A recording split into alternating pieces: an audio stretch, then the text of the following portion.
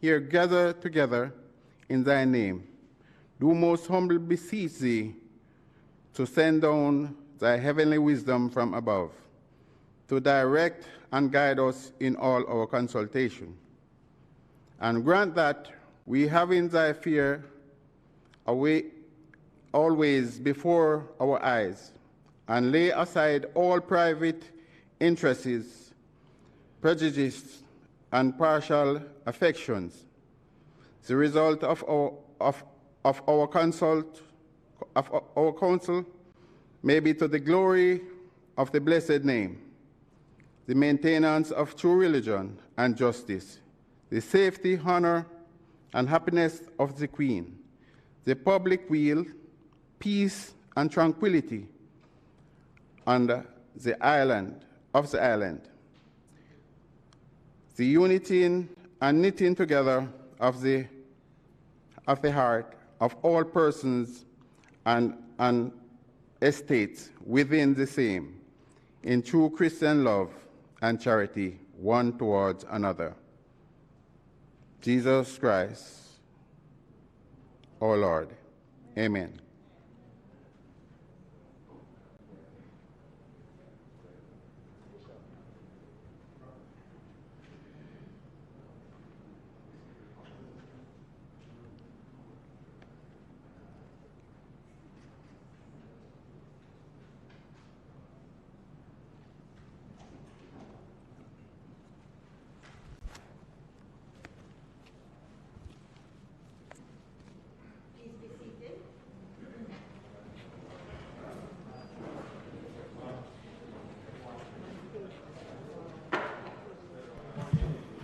This Honourable House now resumes its sitting. Call of the roll.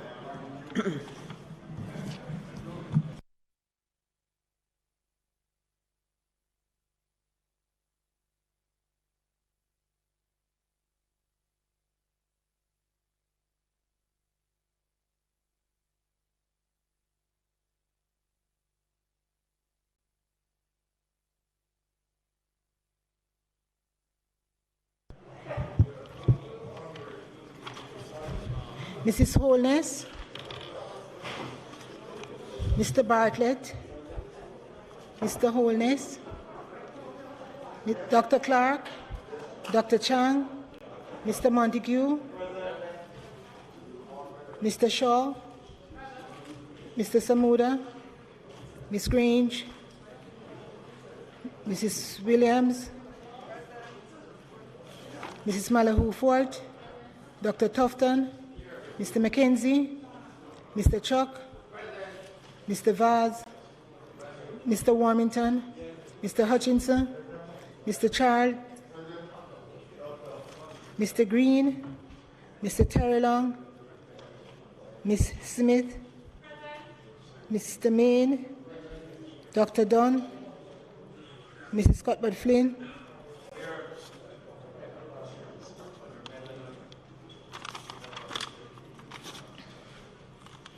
Mr. Morgan, Mr. Davis, Mr. Brown, Dr. Brownberg, Dr. Charles, Mr. Chin, Mr. Clark, Mr. Cousins,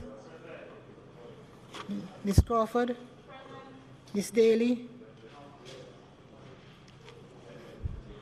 Ms. Davis, Mr. Golding, Mr. Graham, Dr. Guy, Ms. Hamilton, Ms. Hannah, Mr. Henriquez, Mr. Henry, Mr. Hilton, Mr. Jackson, Mr. Lawrence, Ms. Lee,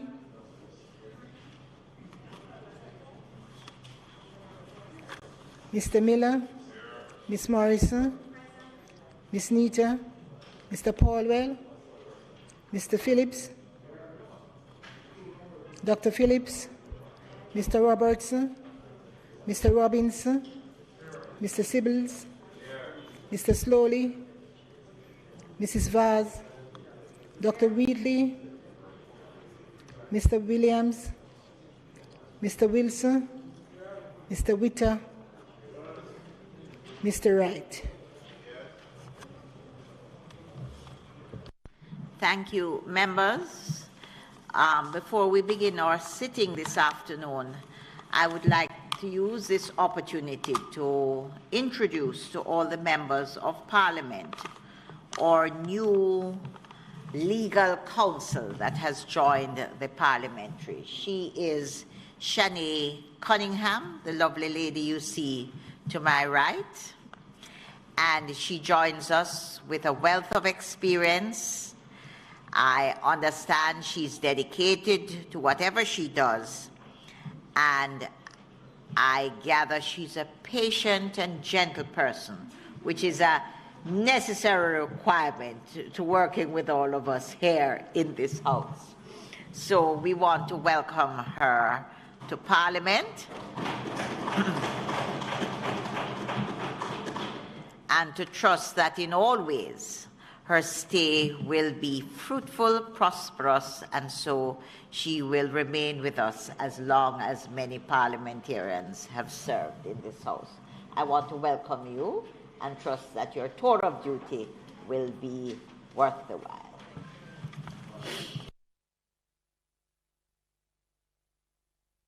With statements by ministers, and we're going to start with the Deputy Prime Minister and the Minister for National Security. Oh, I beg your pardon. Yeah, Madam Please Speaker, forgive me.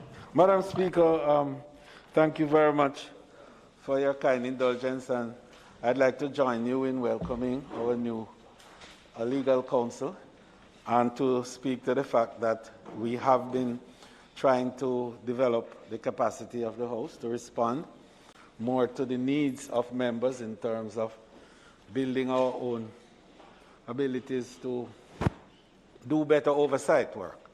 And I think that this is part of a process that you're going to see escalated during this term, because we are quite determined to enable the committees of the House in particular, the sessional committees, to be far more equipped with prompting information and appropriate notes, so that the extent of the investigation and the quality of the investigations that are done by the committees are at the highest level. You know, I think people mustn't look to the committee for salivating news. People must look to the committee always for constructive critique and also for guidance, because that's what the committees are about. The committees are supposed to, by and large, oversight the performance of agencies, MDAs, and to give support to policies and outcomes of policy. And if in the process we discover whatever we discover, by all means, there's full transparency, and we are committed to ensure that the appropriations as approved and passed by this House are effectively, transparently, and properly administered and spent. So we want to again welcome you, Shani, and to say that you have the full support of the members here, as we will be drawing on you and the wisdom and knowledge that you will bring to bear to your job. Madam Speaker, there will be 4 statements by ministers today, and they will come in this order, so it may please you not necessarily to call each one, but they will follow in the order that I indicate. The first statement will be made by the Minister of Health and Wellness, Dr. the Honorable Christopher Tufton, and it will be followed by the Deputy Prime Minister, the Honorable Dr. Horace Chang, and then the Honorable Audley Shaw, the Minister of Investment, Commerce and Industry, and then finally the Honorable Clifford Everett Warmington, Minister without portfolio in the Ministry of Economic Growth and Job Creation. And that will be the flow, Madam Speaker. May it please you. Thank you, House Leader. Dr. Chan? Oh, we're starting with Dr. Tufton. Thank you. Thank you.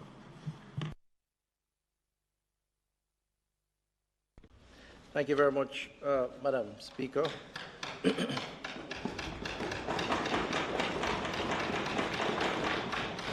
Madam Speaker, Do we have copies of your presentation, Dr. Tufta? They were given, Madam Speaker. Please make sure the opposition has. Yeah.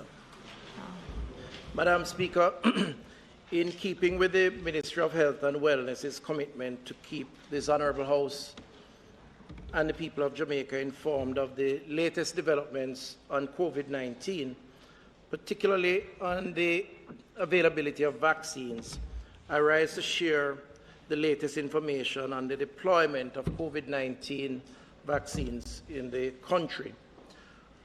We have been advised, Madam Speaker, last evening, by the COVAX facility that the country is set to receive between 146,400 and possibly up to 249,600 doses of the AstraZeneca vaccine by the middle of February 2021. That's this month.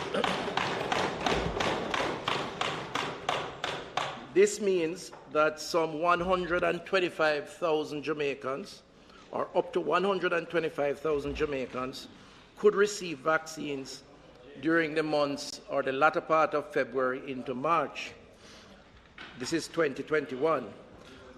The process, therefore, Madam Speaker, assuming that this commitment is delivered on, is therefore in progress to vaccinate our population. Among those to receive the vaccines are, in the first instance, are our frontline workers, including our nurses and doctors, and then to our vulnerable persons, chief among those are persons 60 years and older. Madam Speaker, the availability of this vaccine is, of course, subject to the World Health Organization's emergency use listing, and the indicative amount is based on the current communication from the manufacturers, which is a part of the COVAX arrangement, in this instance, Serum Institute of India and SK Biosciences. Madam Speaker, if additional supplies under the COVAX arrangements are received, and you will recall that I did update the Honourable House as to the commitment for 16% during the course of 2021, approximately 450,000 Jamaicans by the end of the year under this arrangement would receive vaccination. I must hasten, however, to caution that it is likely that the allocation could be adjusted. It could be adjusted upwards or downwards, depending on the present global circumstances and any anticipated challenges that this facility may encounter, which most likely would be issues around manufacturing. But to date, so far, so good.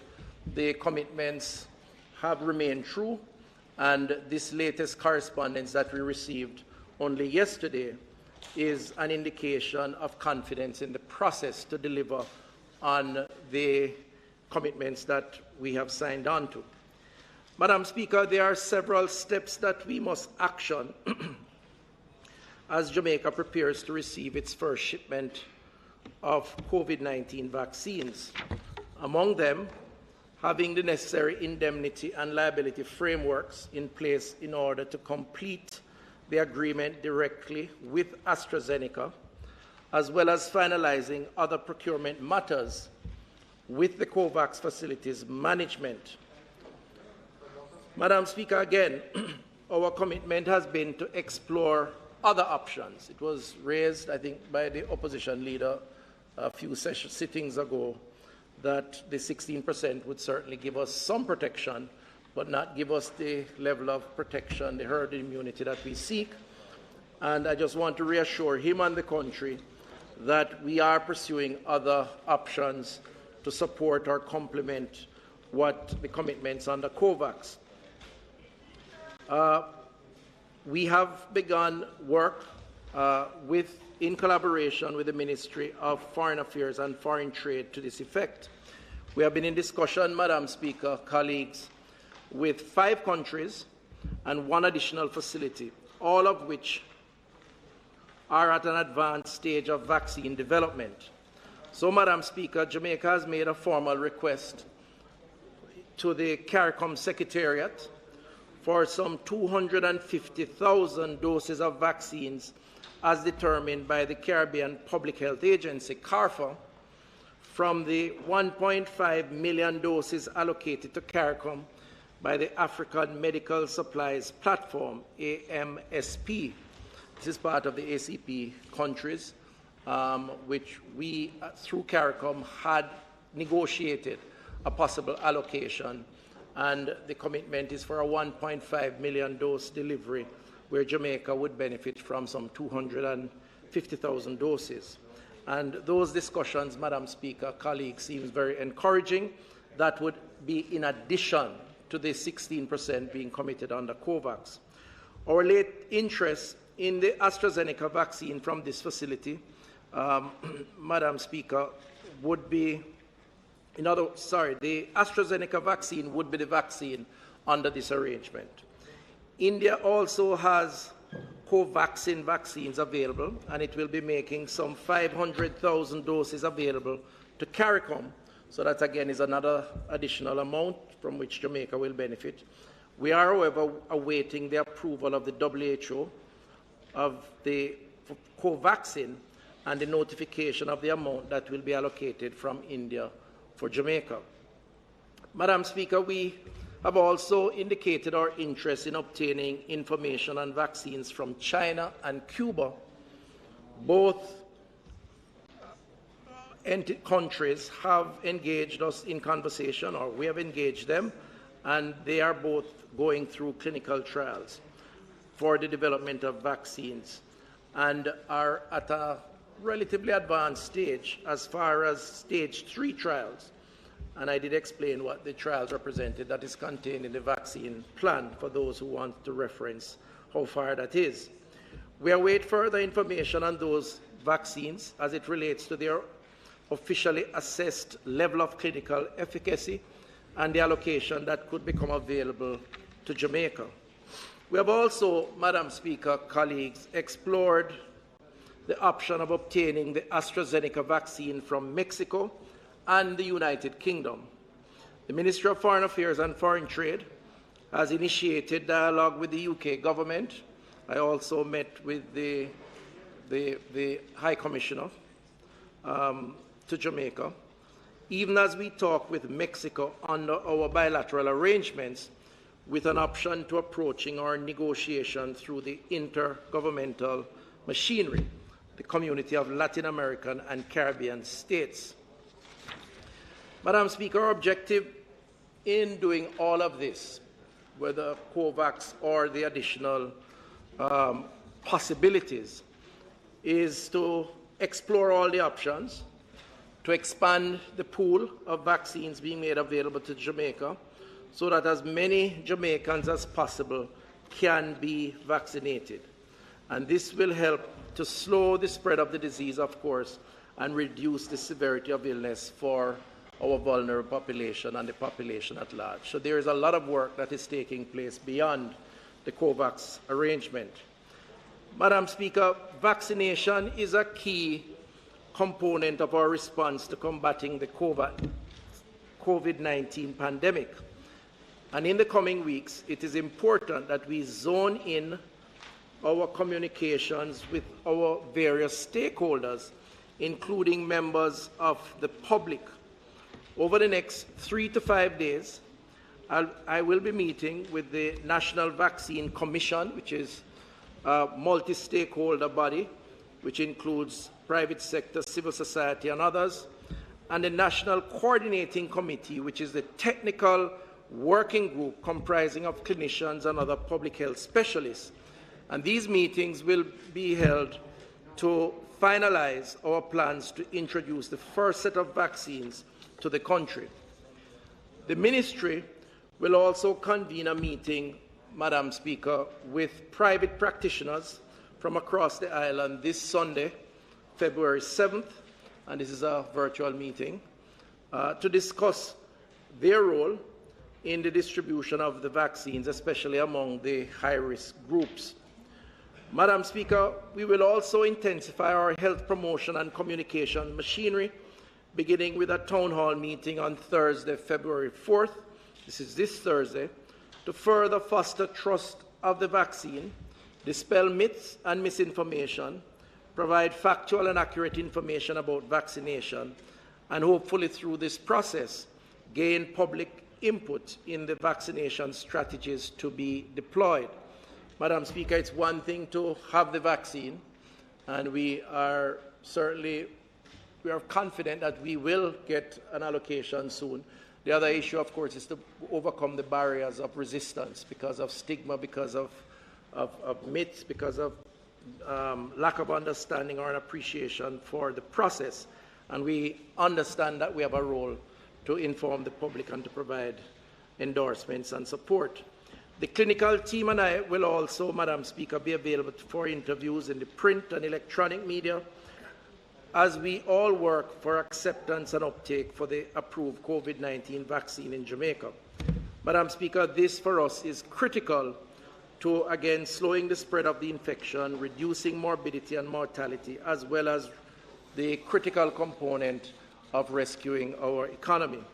Madam Speaker, the ministry is taking all the necessary steps to ensure that safe and effective vaccines are deployed through the continued monitoring of developments related to COVID-19 vaccines.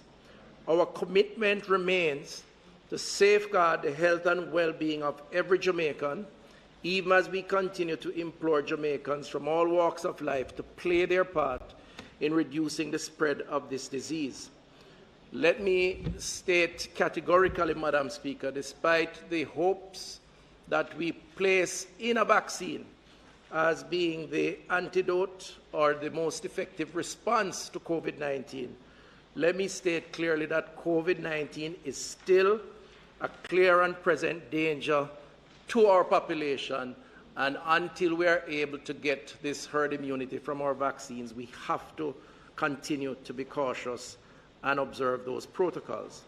So vaccines offer protection, let us remind ourselves, Madam Speaker, only to the persons who take the vaccines. Therefore, every Jamaican must remain vigilant and compliant to the washing of hands or sanitizing frequently, maintaining of the physical distancing of 6 feet from others, avoiding crowded situations, always wearing a mask, and comply with all the measures under the Disaster Risk Management Act. Adherence to the infection prevention and control measures are our only real defense, Madam Speaker, against COVID-19 as we continue to see a gradual increase in cases. And just to remind the country, in the last 5 days, the country added some 538 new cases, with hospitalization on the rise, ranging from 89 to 101 COVID-19 positive patients in hospital in the last 5 days. The number of deaths, unfortunately, have increased by 9, and while some 8 to 11 persons daily are considered to be in a critical condition. And I'm not attempting here to dampen the hopes of all of us that we will have a vaccine by giving the sobering message that COVID is still here, COVID is still a keep, as we would say, and therefore the protocols must be observed until such times as is deemed safe for the public, and the government will continue to provide information. Madam Speaker, so in closing, this is not the time to become complacent. I implore and encourage all of us to protect ourselves. However, at the same time, I want to reassure the public that the government is doing all it can, and we will see vaccines being administered. We still have a lot of work to do. Commendations to those who have done a lot of work to date, to our partners who have been a part of this process, bilateral, multilateral partners. So let us move to the next phase once we get these vaccines. But in the meantime, let's observe those protocols. Thank you, Madam Speaker.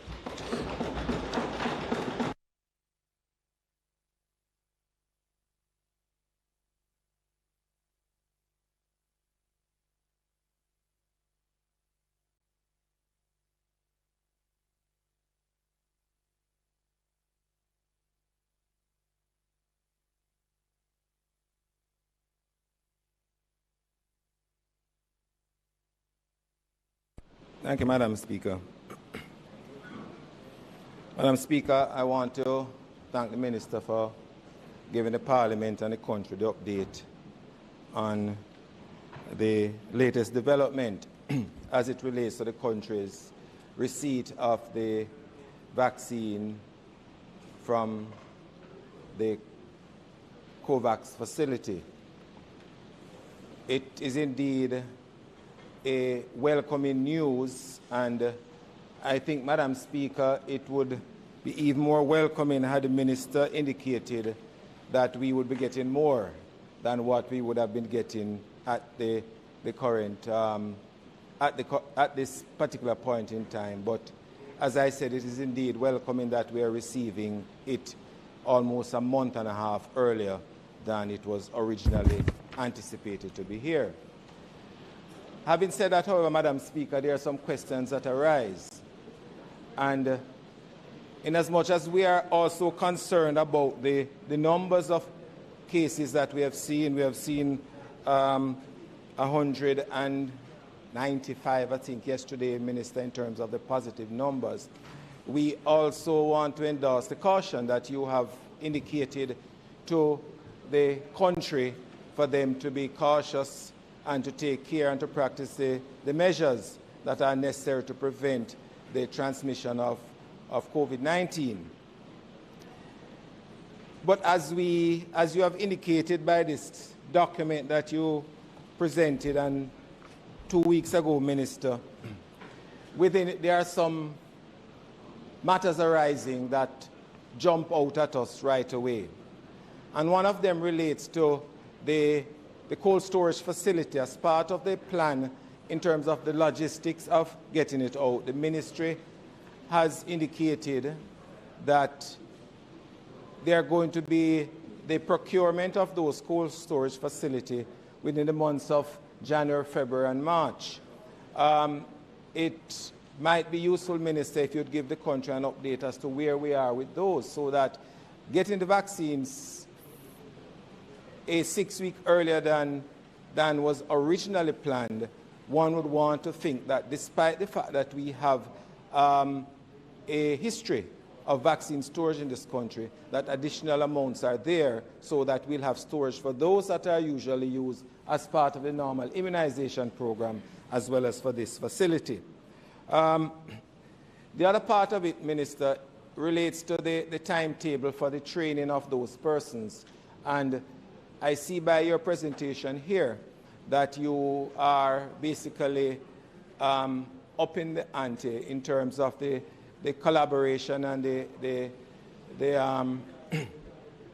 interface with other areas, private practitioners, as well as others, to try and roll it out.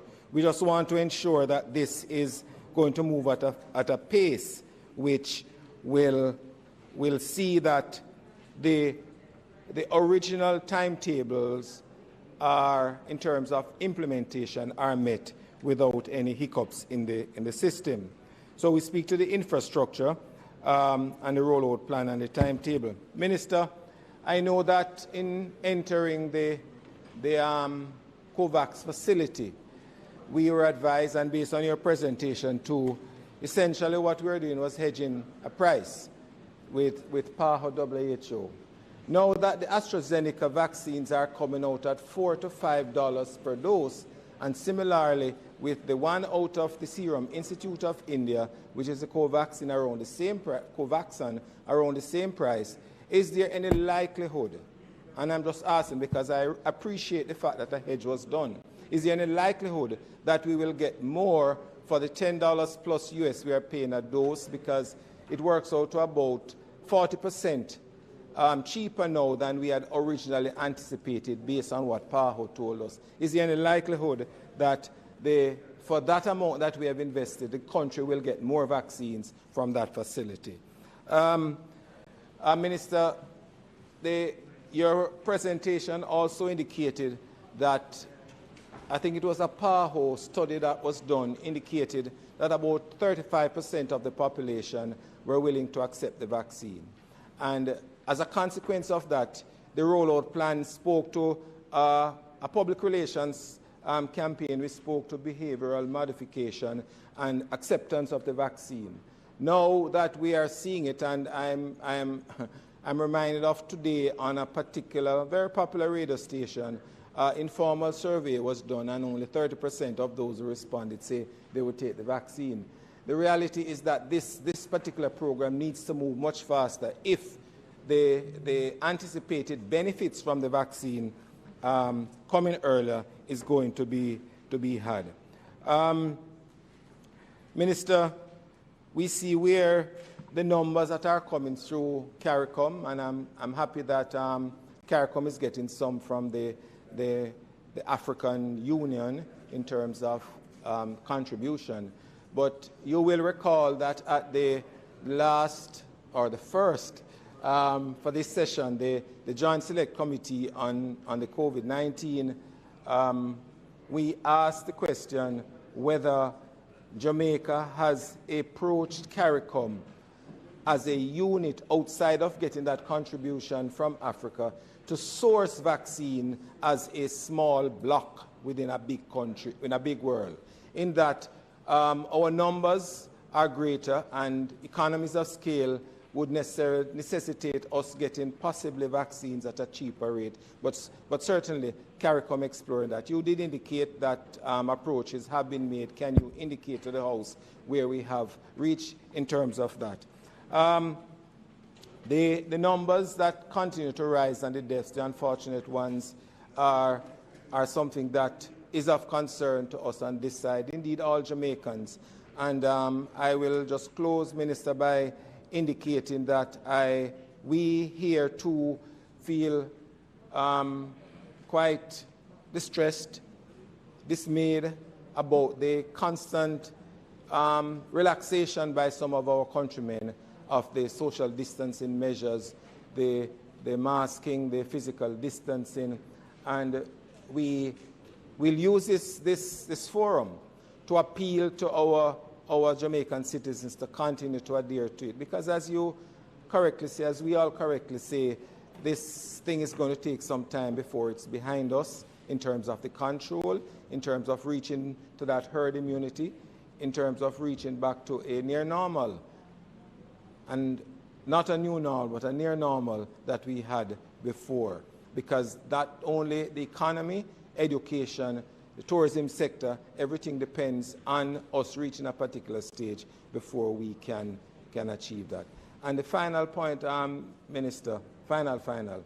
You indicated that the UK has been approached in terms of getting AstraZeneca vaccine. But recently we see where the European Union and also the UK has indicated that they will not allow vaccines to be exported until those companies can provide sufficient dosage for their countries, as have been agreed with them and the providers.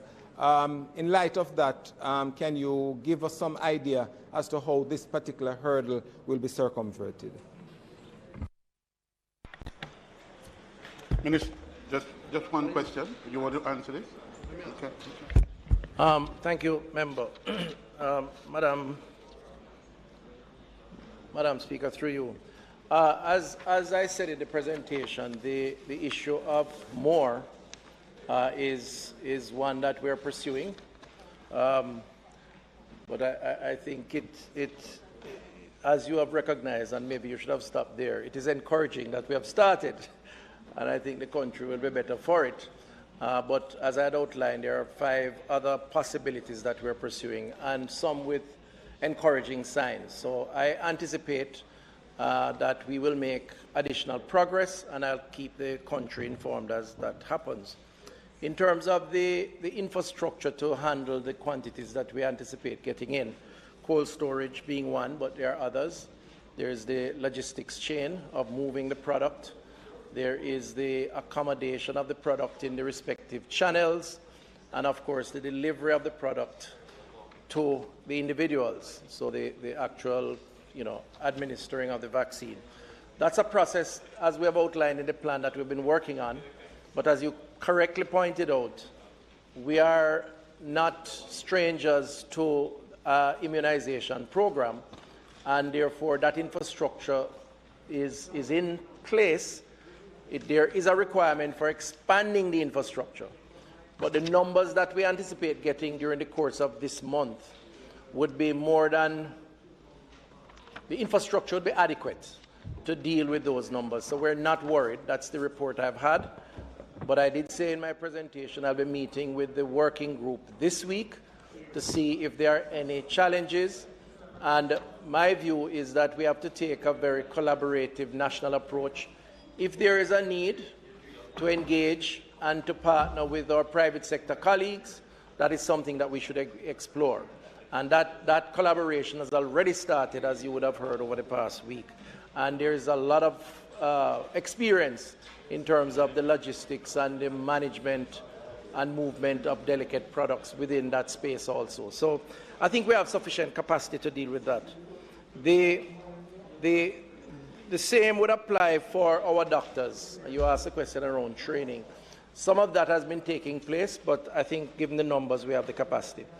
Price, you raised the issue of price, and I can't say for sure that this particular source is coming in at, you say, $455 per dose. But yes, it is true that we had anticipated at 10 or thereabouts per dosage, and have paid into the fund that involves, the last time I checked, 168 countries to distribute about 2 billion doses or thereabouts. I could be off a bit. Now, the principle of that, bearing in mind that you're dealing with a commodity that is scarce and really never existed up to recently with the emergency approvals, was to ensure that you secure your quantities. And those numbers were all based on a forecasting or a modeling of what the anticipated requirements would be. But it was also based, I believe, on ensuring that there was equity in distribution. So in a sense, some countries subsidize other countries. And I don't think we can ignore that principle, and for good reason. The truth is that the world is going to be safer when the world gets a vaccine adequately applied to the world's population. So I wouldn't spend too much time on that, or worse, interpret a slightly cheaper cost as some disadvantage for us, because the truth is there are others who may not be able to pay anything, but they would require a vaccine if we are going to have a safer world. And I think that's the principle that we need to, that we have signed on to by going into COVAX arrangements. Having said that, to the extent that we can get greater leverage based on what happens in the production process, I do agree that we should explore, and I'll keep the country updated on that. The issue of acceptance of the vaccine, member, is a concern. It's a concern. And it's a concern for a couple of reasons. It's a concern based on our experience of the last new vaccine that we tried to administer, we have been administering to the country, the HPV vaccine, where the take-up rate was far less than we would have liked. I think it was in the region of probably 50% or so, when we're hoping to have probably 75%, or certainly a lot more than what was the take-up rate. It's a concern because the anti-vax movement, those persons who do not believe in vaccines and the administration of vaccines, immunization, have become a louder and more powerful voice and more resourced voice globally, and have used alternative media to really push this line about vaccines being unhealthy. The facts do not support their position, but nevertheless they are loud. Vaccines save nearly 2 million lives a year, if you go by WHO statistics. And in Jamaica, our universal approach to vaccines or immunization has improved our human development index as a country in terms of longevity of life and life expectancy and so on. So as a policy, both sides, we have bought into and have supported in a fulsome way vaccines, which is why the threats that the anti-vax movement represents, or the concerns that regular citizens may have, is going to have to require a response, and a response from all concerned. And that's why I spoke about the public relations approach, the endorsements, the participation by the opposition and others.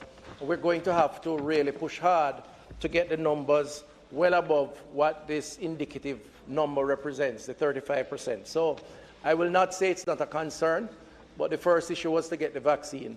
Now that we're getting it, we will deal with the issue of take-up.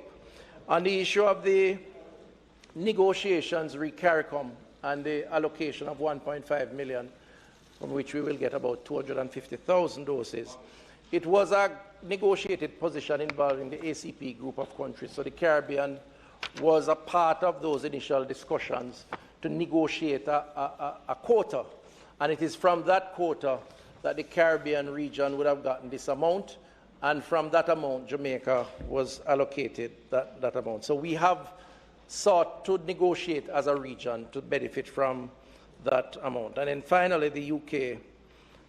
The UK, one of our strong partners, clearly, and where we have a number of Jamaicans, strong tourism interests, and so on.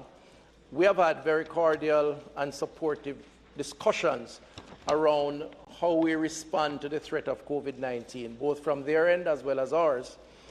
And there is a willingness to explore collaboration further than we have already. But ultimately, countries are going to have to take decisions to protect their populations, and I don't think that's an unreasonable expectation.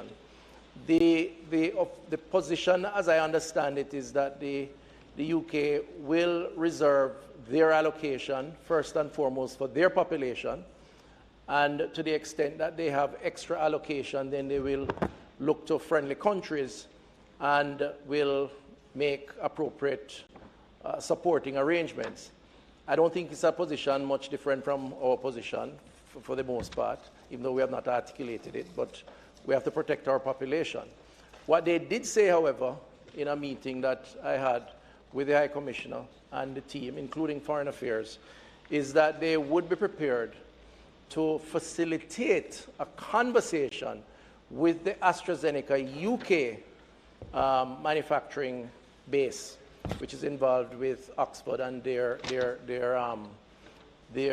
local companies and interests and support, to see to what extent that connection and discussion could lead to us getting an allocation from them. So it's not entirely a hopeless case in the short term. It's a function of the discussions that will take place. Thank you, Madam Speaker. Madam Speaker, just a follow-up, if I may. Minister, I would wish for you to be a little more definitive in this particular part of the statement, that we have also indicated our interest in obtaining information on vaccines from China and Cuba, where development of vaccines in those countries are at phase 3 of the trial stage. We await further information on those vaccines as it relates to their officially assessed level of clinical efficacy and the allocation that could become available to Jamaica. But have we, as a country, made definite approaches to Cuba outside of knowing about where they are with vaccine development to say that once reaching the phase 3 trials and they have been approved, that Jamaica is interested in getting X amount or some vaccines from Cuba? So the answer to that definitively is yes. We have explored through direct contact and discussions from those two countries. In the case of China, the entity that represents for us the biggest possibility is an entity, Sinopharm, and a request was made by note following a meeting between myself, the Chinese ambassador, on the 13th of January. We requested an indicative timeline as to when their vaccine, which is still going through third stage clinical trials, would be ready, and it's an estimated time, obviously. They are collaborating with the World Health Organization. And remember now, the benchmark for negotiation to access is the seal of approval for emergency use by WHO. We are not intending on sourcing, up to this point, any vaccines that does not go through that expert assessment and the clinical trials that are necessary to say the vaccine is able to be administered safely.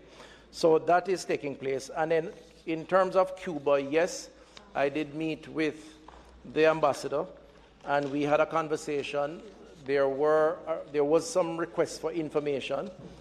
They are doing clinical trials. They are a little behind the Chinese work, and we await further advances in terms of the trials to make the decisions on that. Thank you. Minister, as I've raised elsewhere, the role for the private sector in this rollout and administration of the vaccine is, I think there's a strong case for it. However, as I've pointed out, I think the need for some clarity and some transparency around that program, I think, will be necessary. And I'd expect that the meetings that you're having, you've indicated that you'll be having in the course of this week, that we'll have, the Parliament will be updated as to precisely how this will be rolled out and this will be implemented or administered. So, Madam Speaker, through you, the arrangement with the private sector, we have sought to articulate on, and if there's a need for further clarity, we're happy to do that. In fact, there's an MOU that is supposed to be signed by both sides as it relates to the nature of that relationship, and my own view is that it should be made public. I did commit also through the Special Select Committee that we would invite the leaders of that initiative to attend to this parliamentary group and to address any concerns that anyone has. So between that MOU and the transparency around that and any conversation at the level of the parliamentary committee, I'm sure we can address any concerns you may have or others may have. Just to be very clear, though, the government is committed to a transparent approach to the distribution of the vaccine. The Prime Minister is on record to say, well, our commitment to free health care or universal access means that persons will not be charged once they access through the public space, the public system. And this supply that is coming in now is sufficient just to deal with frontline workers. And we define, those are fairly easy to be defined, starting with our doctors and nurses. And to the extent that we have additional amounts, then we will start the process of those vulnerable populations, starting with our health centers, persons with comorbidities and so on, who are the ones who are suffering most as victims from COVID. But let's be clear, as I said in the meeting, the Special Select, healthcare in Jamaica is a function of private and public. And I view, and we should view healthcare as a combination of offerings by the private space, offerings by the public space. And I believe that one can achieve greater efficiencies by utilizing that combined approach to reaching the full population, as long as there are clear rules of engagement to ensure that vaccine equity is preserved, that no one is deprived. That, for me, is the most fundamental principle. And I think the agreement up to this point and beyond will ensure that that is the case. Thank you. One quick question.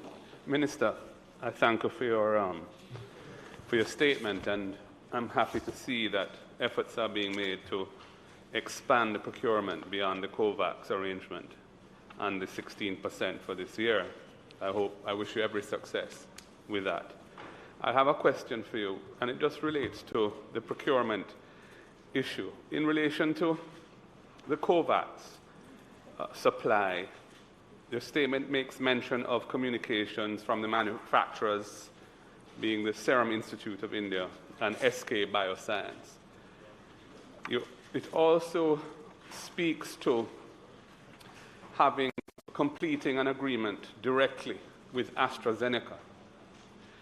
And I just wanted some clarity as to who will we be contracting with? Will we be contracting with AstraZeneca or with the manufacturers, or what, when we're buying this And I noticed that there is a mention of an indemnity and liability framework. And I would be grateful if you would give your understanding of what the basic indemnity and liability framework is for the vaccine that we buy. Right. So in terms of the COVAX facility, we have paid into a fund that is administered by the World Health Organization, which, for simplicity of understanding, is, of course, the members of the world, countries of the world that are part of the WHO for public health or global public health initiatives. So the discussions, the funds are held within that entity, and that entity negotiates supplies. Well, in the first instance, they use the infrastructure of the expertise that they have to monitor and to approve the drugs that are going to be administered through the facility. And because countries like Jamaica and so many others do not have that level of expertise, we're guided by that. So we depend on them to validate research. Once those approvals are had, and in this instance they are emergency approvals, then even before they are had, discussions take place about quantities and how much can be produced. And based on those targets that are set, an amount is allocated. All of that is coordinated and done by the World Health Organization, not by the respective countries. So we, in a sense, entrust them to do that on our behalf as part of the vehicle that they represent. Beyond that, however, there are agreements around. Well, before I say that, I should say that depending on where that AstraZeneca brand is being manufactured, there are two elements of approvals that are required. One is the drug itself, but the other is the process. Because you have AstraZeneca South Korea, AstraZeneca India, AstraZeneca UK. The UK Oxford AstraZeneca got approval, emergency approval, some time ago, as you know. The Indian AstraZeneca combination is about to get approval momentarily. And that's the source based on an agreement around production process that we will pull from.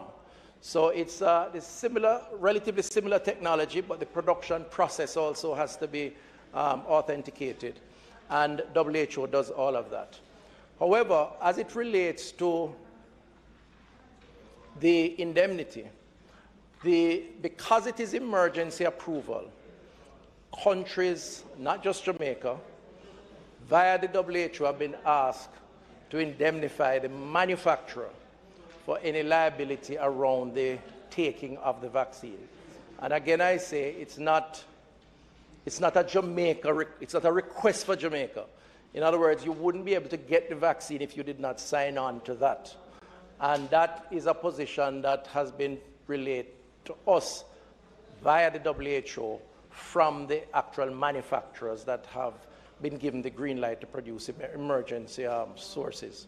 Part of it is the fact that it is still emergency approval, and there may be some issues around, based on the legal framework, what that represents. We have little option in terms of getting a vaccine, but at the same time, I think it's important to say to the public that we are not taking unnecessary risks as it relates to the vaccine, because the vaccines have gone through a process and we have only accepted vaccines that meet those standards. So we're really dealing with the WHO, and they are dealing with the respective locations and brands.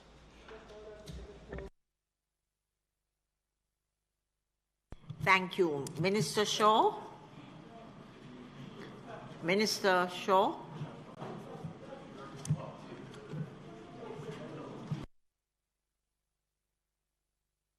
May we have copies of the ministers?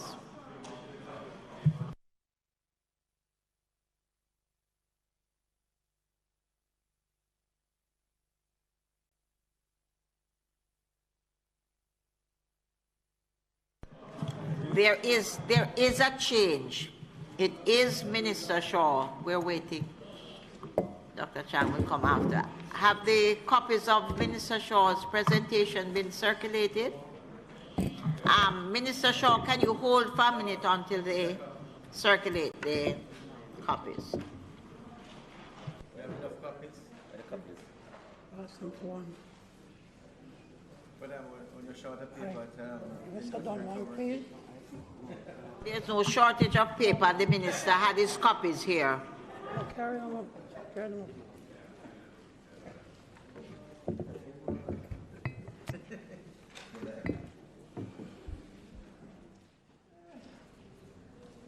No, you need to. Hello there. Follow the list right now.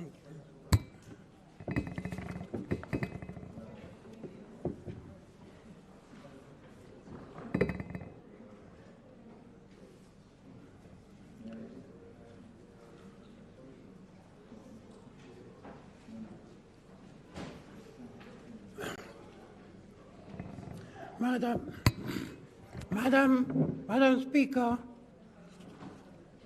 it has, members of the Honorable House, it has almost been a year since Jamaica had its first positive case of COVID-19.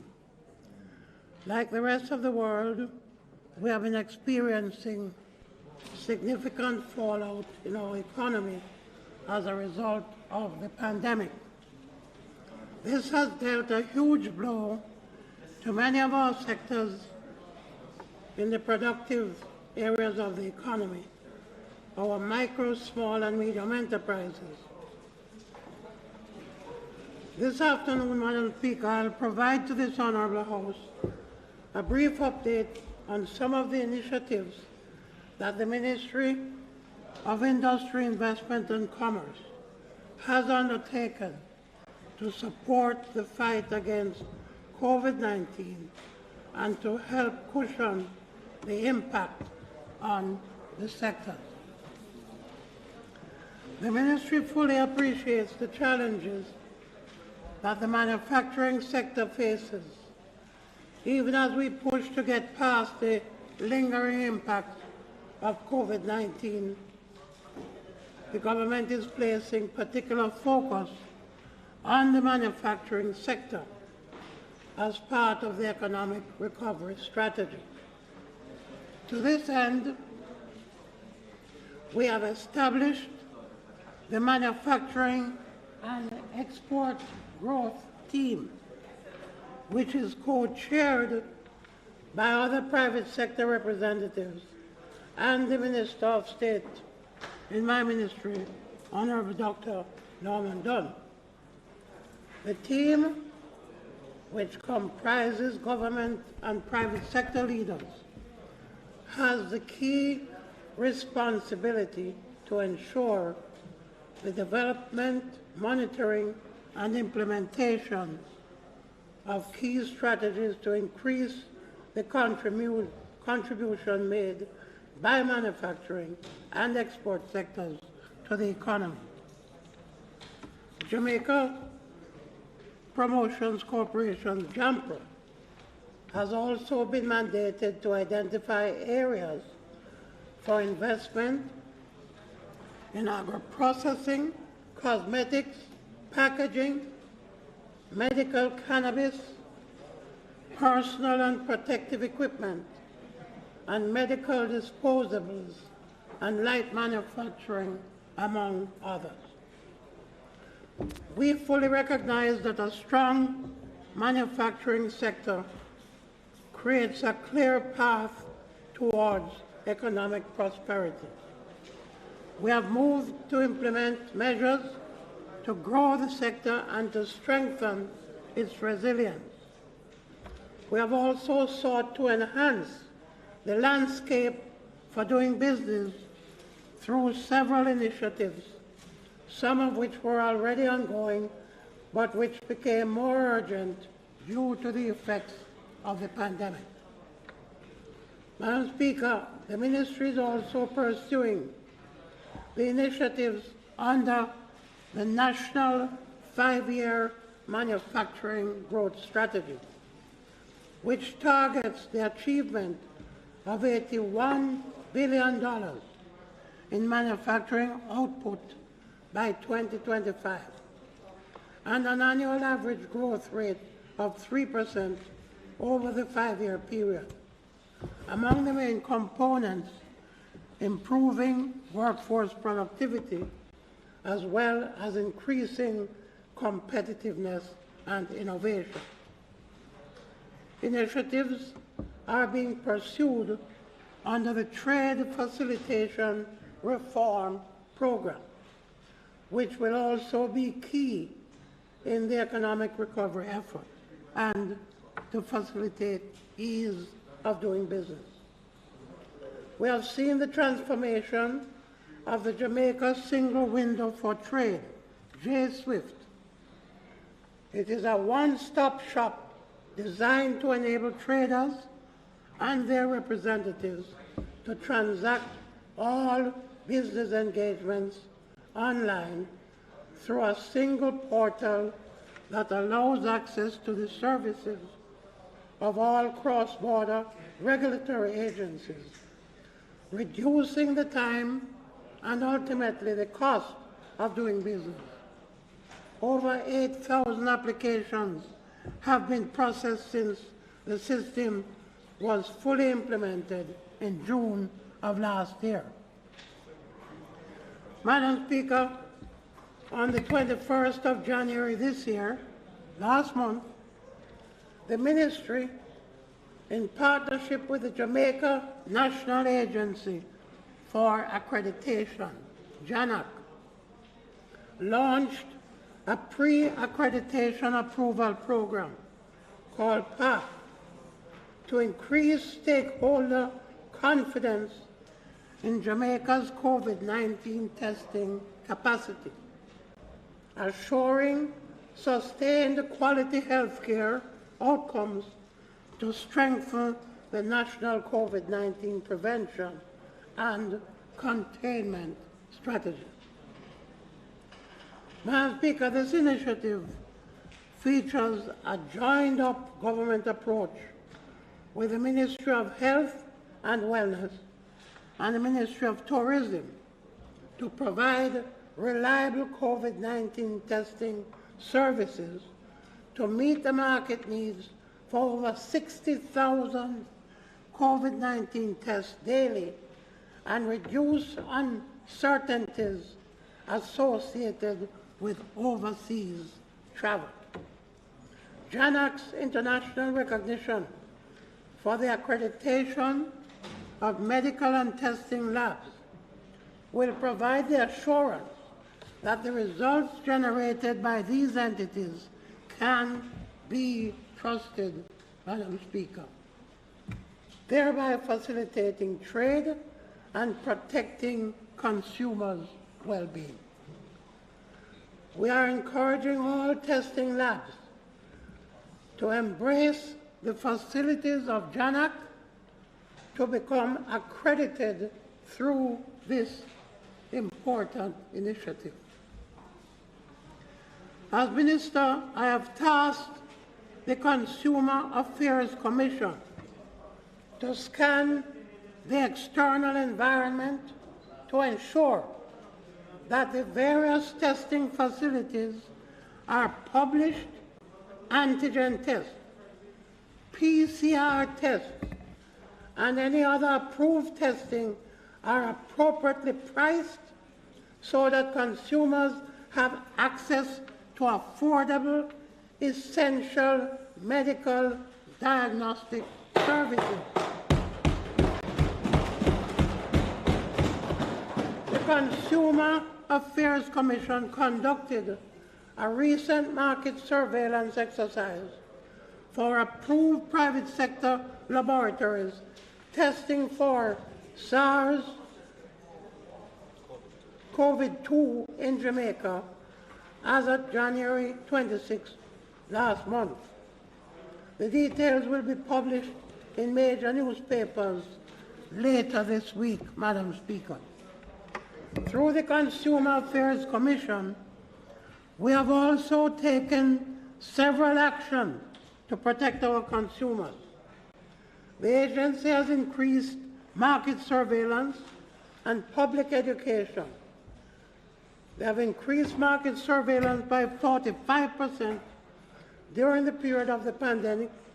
There has been increased surveillance and surveys of basic food items as a response to concerns about food access, availability, and pricing.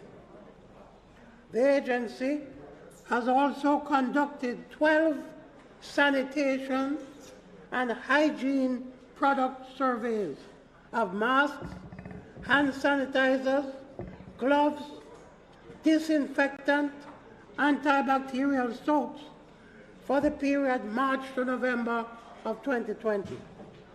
These surveys were published in major newspapers. They have conducted 2 computer surveys, reavailability and price, for the period October to November of last year.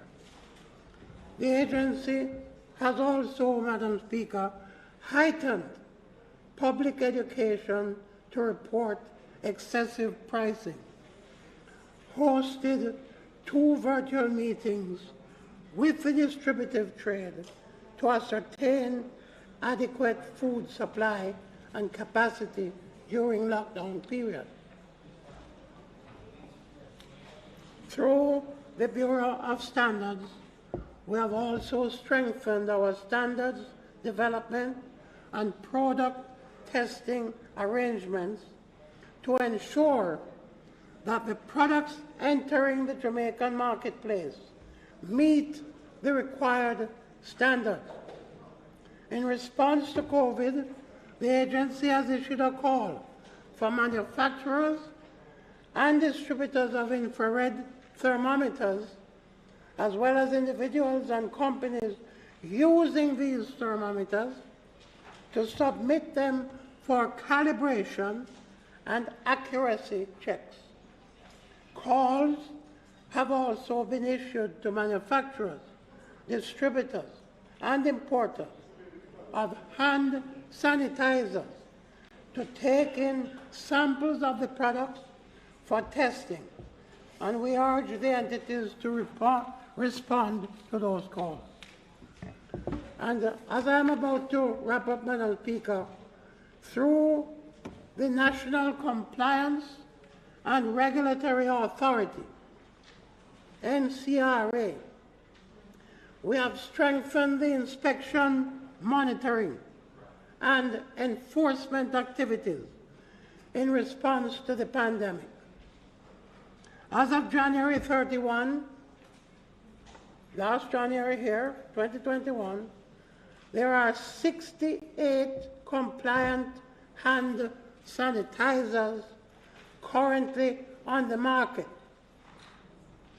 There are 8 importers of hand sanitizers and 5 local manufacturers registered with the NCRA. Please visit the website of the NCRA at www.ncra.org.jm for the list of compliant sanitizer products on its website. Suppliers of hand sanitizers are registered when there is compliance with conformance testing against the standard and good manufacturing practices observed. Over 104,000 products were detained at ports of entry, and after inspection, Madam Speaker, testing and analysis, 54,000 were compliant. Of the 104,000 tested, 54,000 were compliant and released for sale. Over 176 samples have been assessed for compliance today. Madam Speaker and members of this Honourable House, our manufacturing, producing sector, export sectors have been among the country's long-standing contributors to economic development. These sectors have shown significant resilience despite the challenges that the pandemic has presented. The Ministry of Industry, Investment and Commerce is committed to providing all the support necessary to allow these sectors to continue to recover and to grow and increase the contribution to GDP. You know, Madam Speaker, as I close, it is said that in every crisis that we face, there is an opportunity. And the opportunity that we face now in Jamaica's economy, because the truth is, we have been hobbling along for far too long at low rates of growth. And we can use the opportunity of proper planning and to ensure that we go on a faster growth track after COVID-19. Thank you very much, Madam.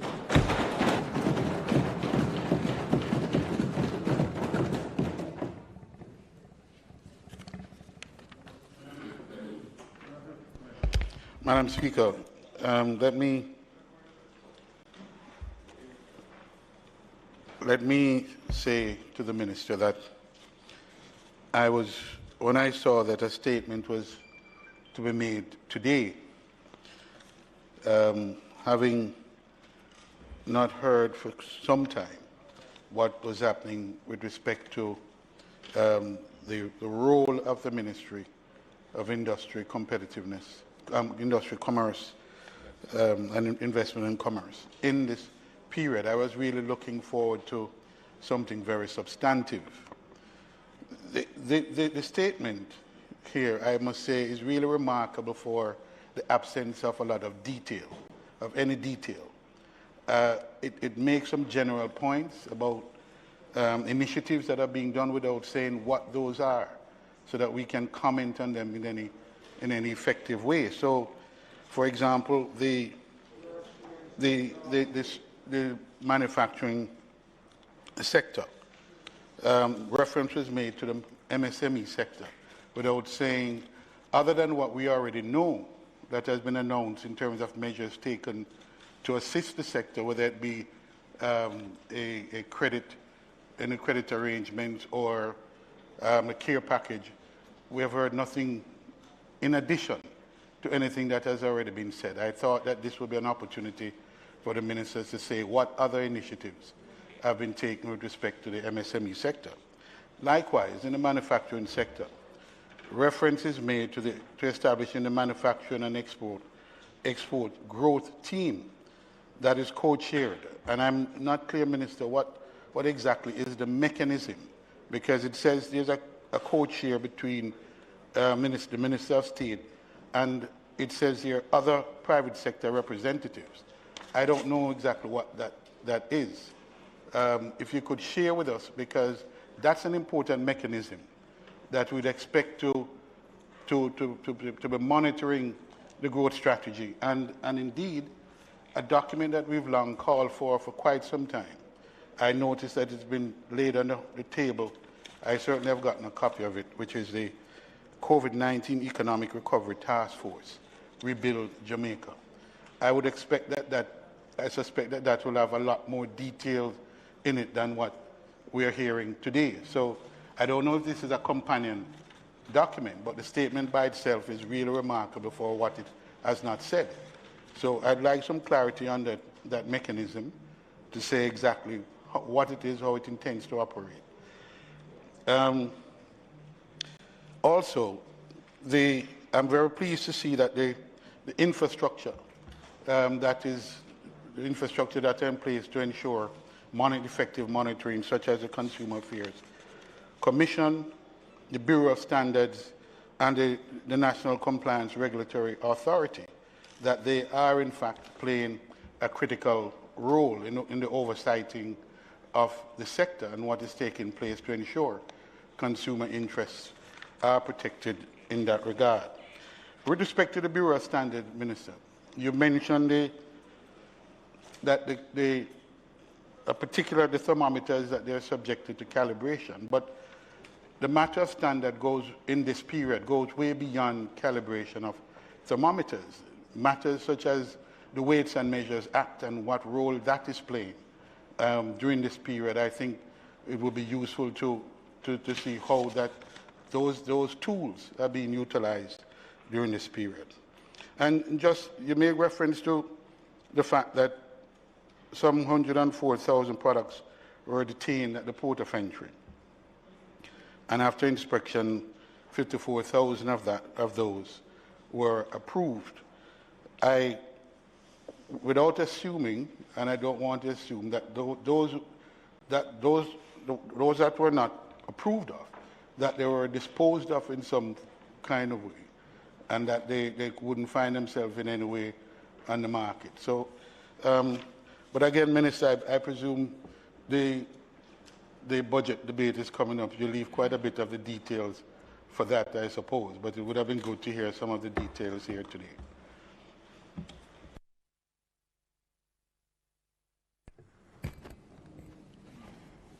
Thank you to the member. And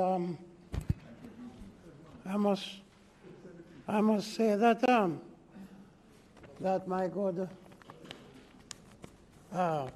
spokesman on manufacturing, among other things, he first of all has contradicted himself by saying that I had nothing to say, and then after that went on to identify important points that I had made.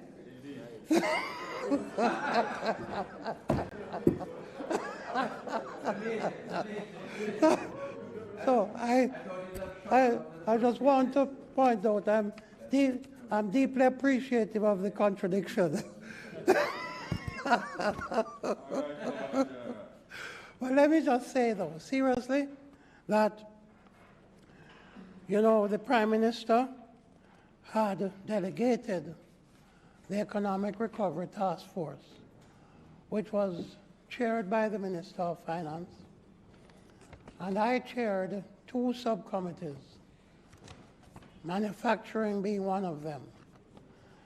And I must tell you that the report of the task force is a very hands-on, very specific, and in fact, Minister of Finance, I'm going to suggest that you table that report in the House. Oh, it was tabled. Okay, so it was tabled. Right. So you see from that task force, you see the serious drill down specific tasks that have been identified to be carried out. And that, of course, includes the manufacturing and the MSME sector, among others, as well as the export market. So I just want to say that, Madam Speaker, I just want to say that I would urge the member to take another look at that COVID task force report, because it is something that the entire country, government, opposition, working closely with the private sector, can work to get Jamaica out of the rut that we are in. Thank you very much. Minister, while I appreciate the exhortation for collaboration involving the opposition, the reality is that the opposition was not included in the task force, which is unfortunate in my opinion, because having looked at the document, the Minister of Finance had shared a copy with me. It's a very important document in terms of what the government and the country proposes to do to move forward out of this economic malaise that we have unfortunately had to encounter. Minister, one question I have for you relates to the small business sector. MSME sector in particular, especially though that subset of it which is dependent on entertainment, tourism, people going out, people socializing, which obviously with the pandemic has been very hard hit because of the need to restrict those activities in the interest of public health. I was speaking with a lady who I know this week, and she was recounting to me her situation. She is in that business. She assists in the organization of events. She's like an event planner. And of course, that industry has been hard hit because those sorts of events are not happening. So she indicated to me that she had really financed her business through a credit card, a business credit card. And because she had no income from the business, she had been unable to make any payments, I think she said since August. At that point, the balance on her credit card was about $1.6 million. She has tried to get into another type of business, which she is doing, and that's what she's now living on, and she says she's servicing her personal credit cards from that other business, but the business credit card, she hasn't been able to service it. She has no income, and she says she's been with her bank for many years, and they know her well, and so on. The balance on that credit card is now, I think, $4 million as a result of the way in which credit card debt compounds and so on. And she says now that on a daily basis, she gets called by some debt recovery agency. Basically, I don't think she used the word harassment, but the impact of the daily calls as to when is she going to pay this down, and she's not in a position to do so, is affecting her psychologically and emotionally. And Minister, I suspect her situation is not unique. I think there are many people in the business sector that are now, they were living on savings, and the savings are depleted. And I believe that we're reaching crunch time for many businesses and many people in the country. And we haven't heard anything about any plan for trying to assist those persons, even through exhorting through the central bank and the financial sector some further leniency or accommodation. She's in discussions, with her bank to try and consolidate the debt into a loan. But she says if she even does so, she won't be able to make any payments. She'll need a moratorium for probably 6 months until things improve on the COVID front and the Minister of Health's vaccination program is rolled out. I'm just wondering whether the ministry has any plan to help business operators, especially those who have particular vulnerability to the type of restrictions that the public health crisis necessitates. Whether the ministry has, or the government has, any plan for helping those businesses survive going forward until the economy starts to show real recovery.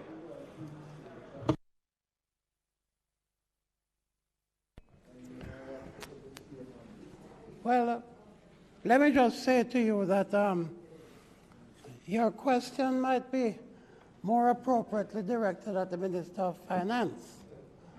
But what I can say to you is that it is most certainly a concern that we have, right?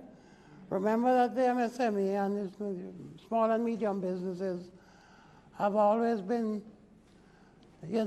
sort of, in some cases, already compromised.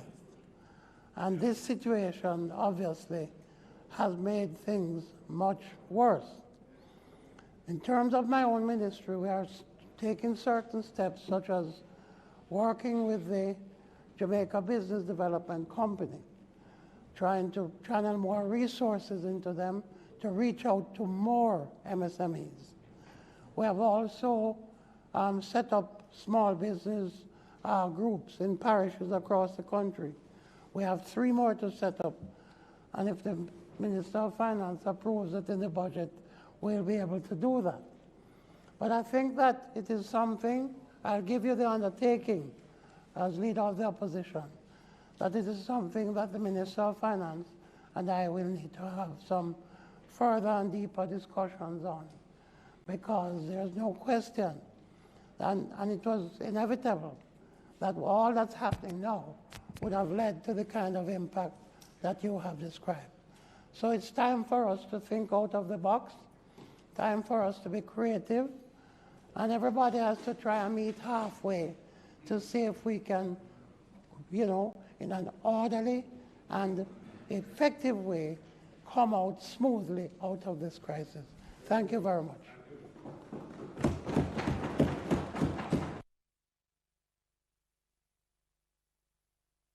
Dr. Chan?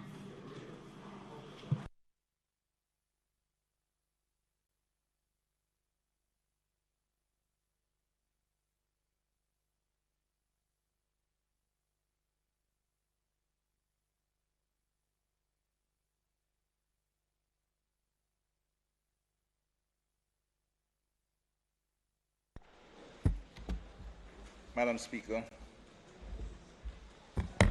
colleagues, 2 days ago, every Jamaican citizen and friend of Jamaica witnessed firsthand the callous, brazen, irreverent, and heartless character of a violence producer in our country.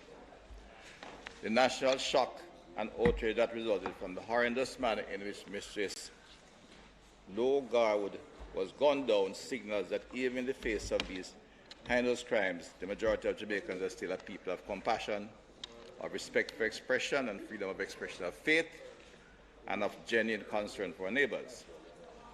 I wish to publicly express my heartfelt condolences to the loved ones of Mrs. Low Garwood for their loss, and in particular our church family at the Agay Christian Fellowship Church. May their faith in God give them solace in this difficult time. This barbaric shooting on Sunday, unfortunately, reflects an increasing number of homicides perpetrated by killers who are hired by family members. The availability of young men who are willing to use their guns for money on anyone, anytime, and no any place. Interestingly, of course, Madam Speaker, the 2019 report of Jamaica National Crime Victimization Survey indicates that some 70% of persons on average felt safe walking alone in their community at night, and approximately 90% felt safe in their homes.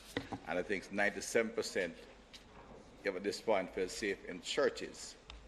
The seeming paradox of this data provides much food for thought, Madam Speaker.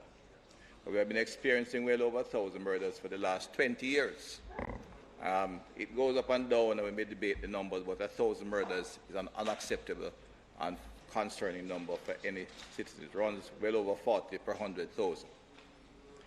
It tells us that our people feel safe in their homes and their communities, but it also confirms that the level of homicide and violence crime that have plagued our society for decades is a result of larger inter-gang conflict, with criminals killing criminals, but largely young men from our challenged communities. For years, we have earmarked a number of them, or signaled that we are aware of a number of them, but we have yet to do much to correct and transform these communities. Indeed, some members of society seem to react only when the brutality and the bloodletting is close to home.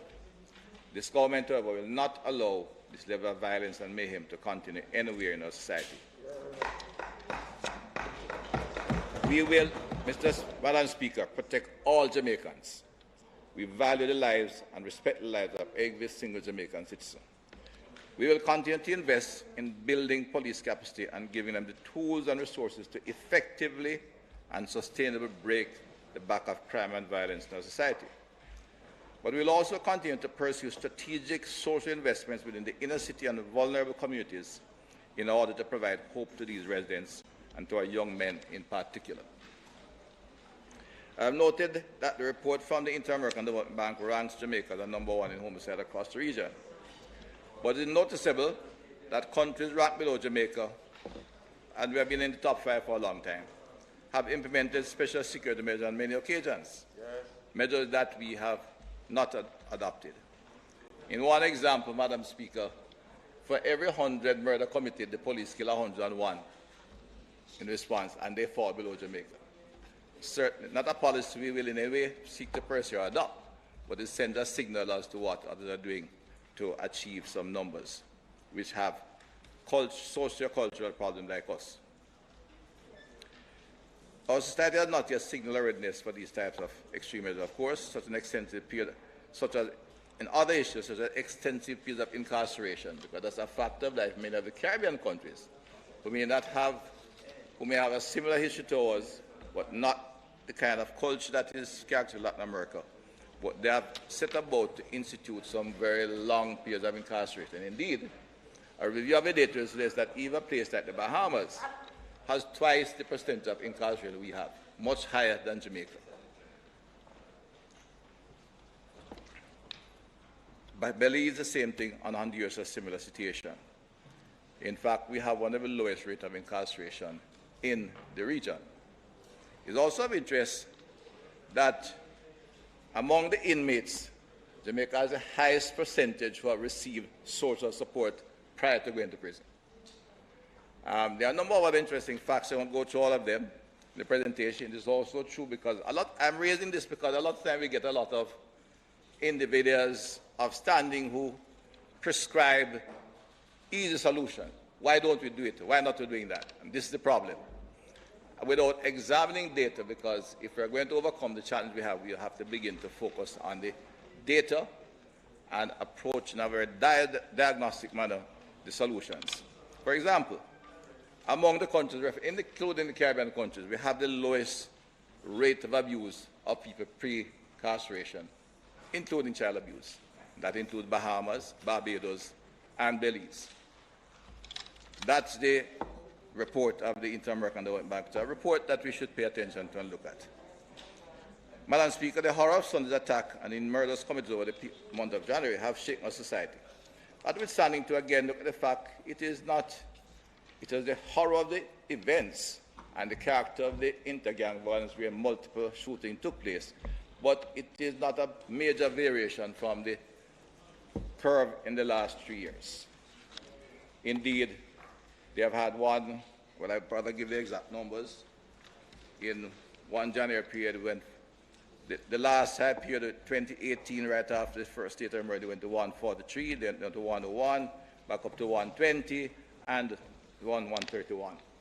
It's of course worrying, and the government is concerned, and we will in fact examine the background to the data.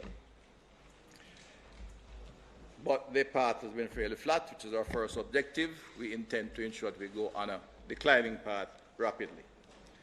The program, in the face of these statistics, we have been more driven to pursue the plan Secure Jamaica announced by the Prime Minister from 2018, which we have been following a line of investment to execute our commitments. It's the government's comprehensive and strategic security program. Plan Secure Jamaica is the most coordinated, inclusive, and enduring security program that has ever been introduced in Jamaica. It is geared towards creating a safe, secure, and cohesive and just society, thereby setting key conditions for increased and sustained growth and prosperity.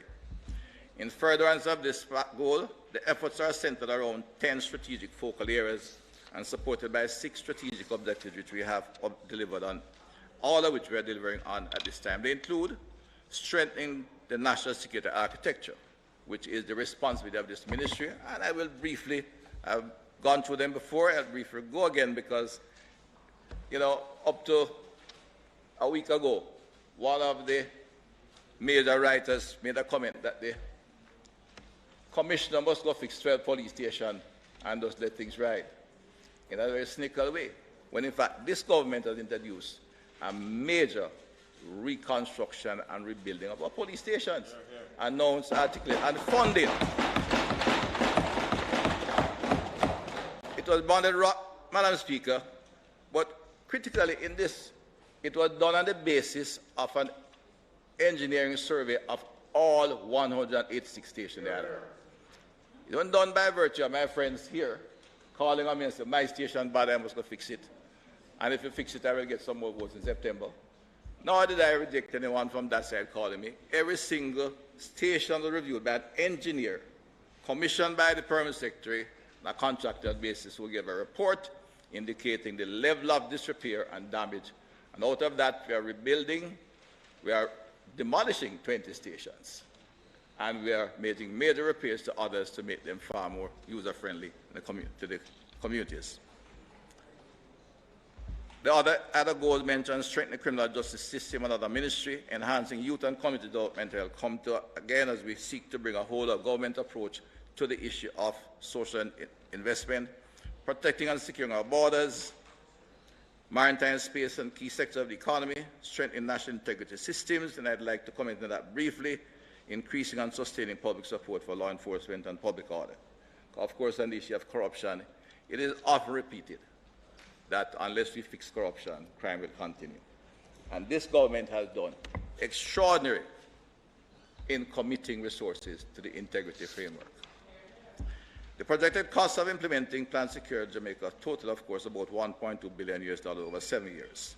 And over the last Madam Speaker, projected to spend approximately $346 million up to 2023. But of course, we may have some pushback this year because of the COVID-19, which we are all going to understand and is in an immediate an additional priority at this point in time. This is the first government, Mr. Speaker, to put in place such a robust security plan with the necessary institutional arrangement to ensure a sustainable whole-of-government approach to social investment, social transformation component of crime fighting. Now, I want to emphasize again, Mr. Speaker, because, Madam Speaker, social intervention is one I feel very strongly about, and maybe I'll be the first person to criticize the traditional mechanism. One major project which was identified and spoken of at length, 65% of the funding went to personnel and staff, not the people in the communities who require the funding. Projects tend to work around the community despite of issues of engaging the public. And when the projects cease, we end up with not outcomes, and the community go back the way they were. We have to implement programs that will change and transform the services to our less fortunate in society.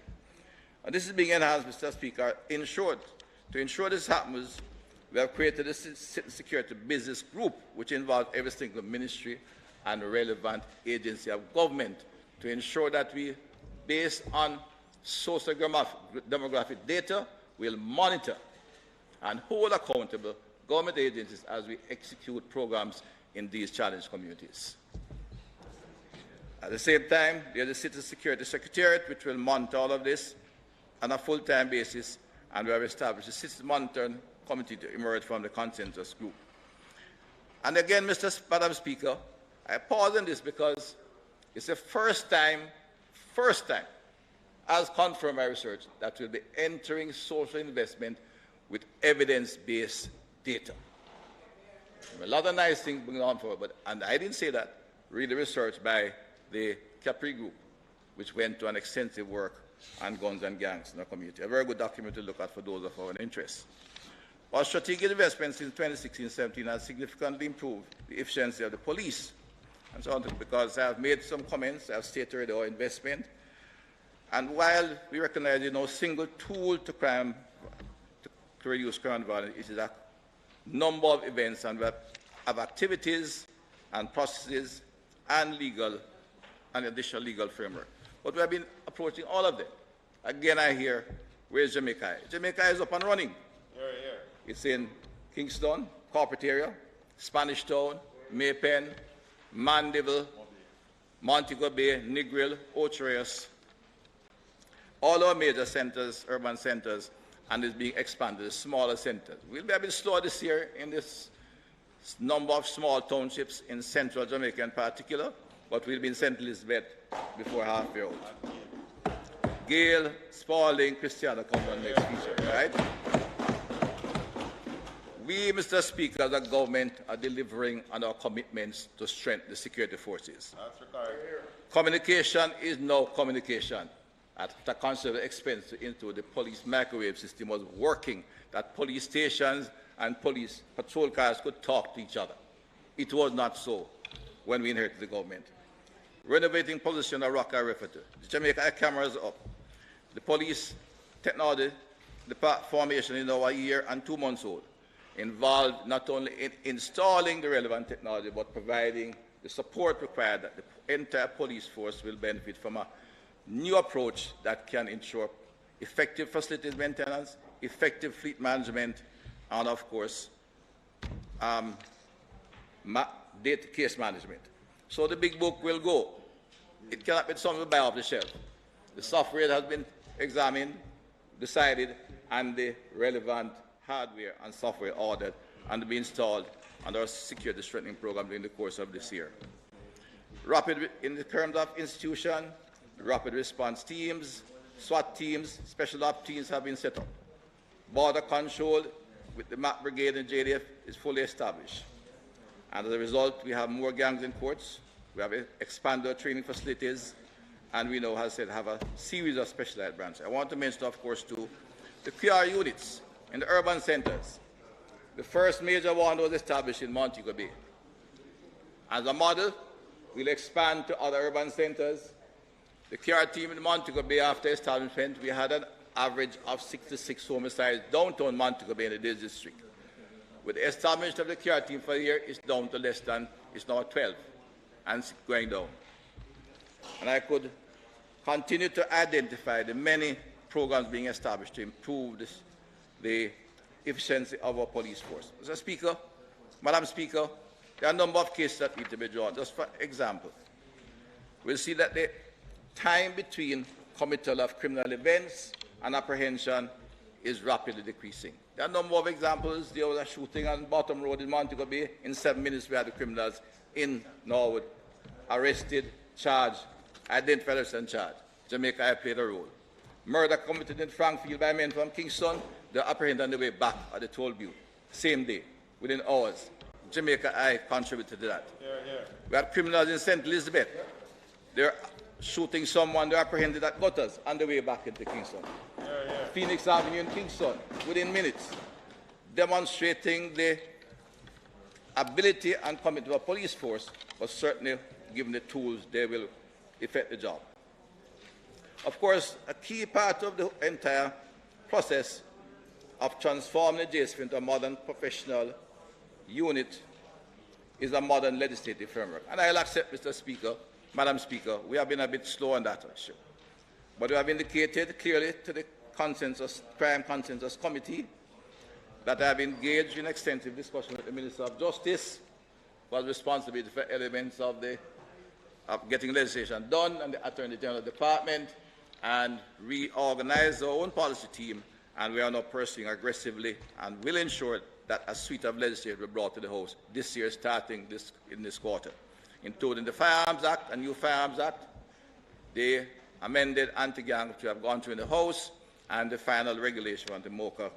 Others will come during the course of the year. We have invested heavily, as I indicated, Mr. Speaker, and put in place a robust anti-corruption framework. In fact, as we look at the budget in the next few days, there are some who are wondering why we put so much money with the Integrity Commission.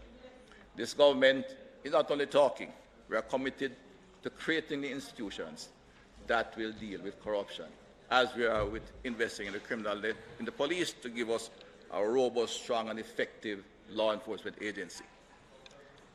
Investing in institutions, Madam Speaker, is not like building a road. Designed overnight, we pave and asphalt, and sometimes we get a lot of things hidden by the tar, because if the man go and build 3 inches of compressed material rather than 6, you don't see it, the road looks smooth, and you get carpet and everybody happy.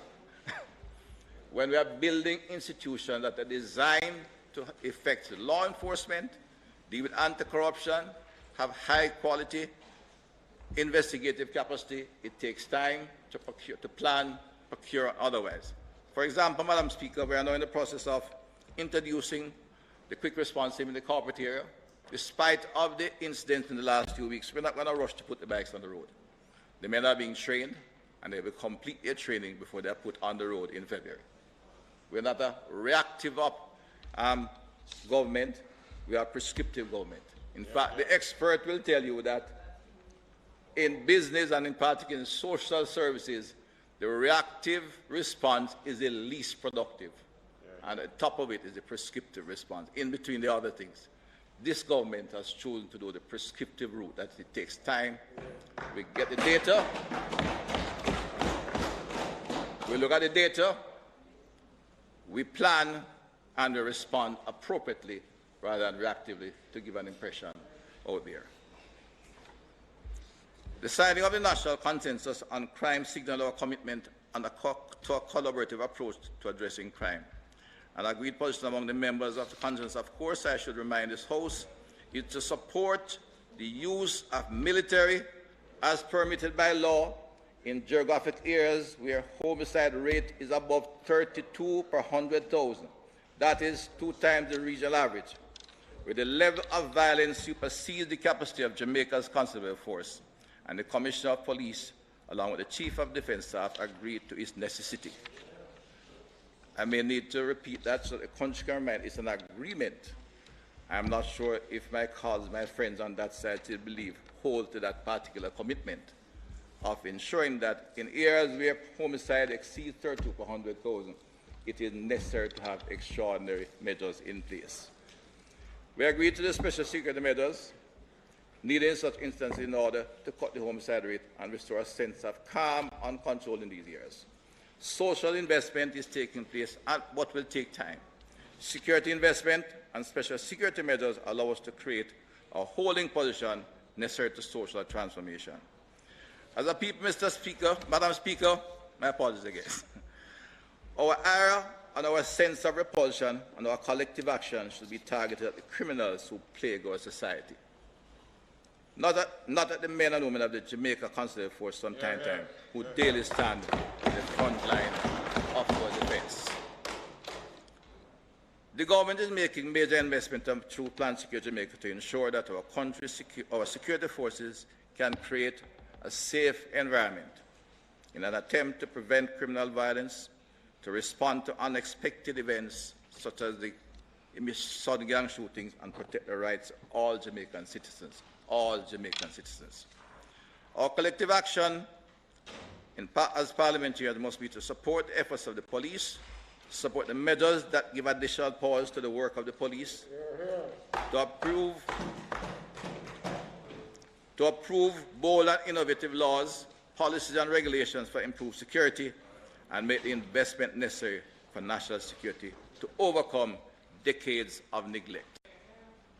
I invite my colleagues, parliamentarians from the opposition, to join the government in implementing the comprehensive, coordinated and integrative approach to fighting crime which Plan Secure signals. No longer can we afford to politicize. We cannot afford to politicize crime fighting. The people of Jamaica deserve better. Indeed, Madam Speaker, I conclude on 2 notes. 1, election is only 6 months away. In a democratic society, it is time to focus on getting the job done in government at all levels. That's right. Crime fighting is a matter for every single citizen in Jamaica. That's right. We all must unite on that basis. That's right. Indeed, Mr. Speaker, I say something that may cause even further disquiet. It is unfortunate, I will say it, the government, the democratically elected government, cannot be vetoed in carrying out executive action in the face of a crisis. Yes. And should not be in a democratic society. I refer that because this is a clause in our Charter of Rights that over and over everybody will refer to. Demonstrable, justified in a free and democratic society. It is inappropriate to block executive attempt in the interest of the people if you don't agree with it. We have a responsibility, of course, to ensure that not only we respect the rights, but it also have the responsibility to ensure that others, individuals, respect the rights of all citizens. Crime, Madam Speaker, is a major problem. It has been with us for a long time. It will not be resolved by any overnight activity or single action.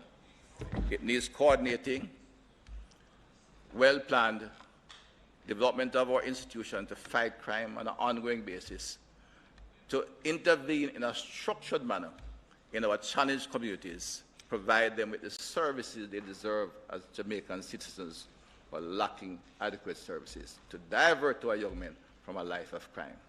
That is the commitment of this government, Madam Speaker. That's right. That's right. Thank you. That's right.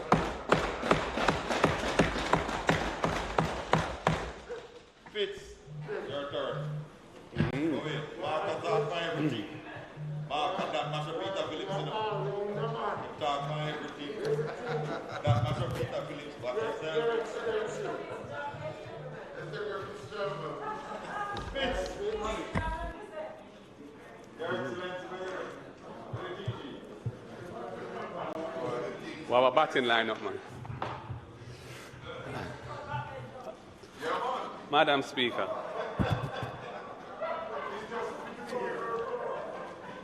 Madam Speaker, thank you.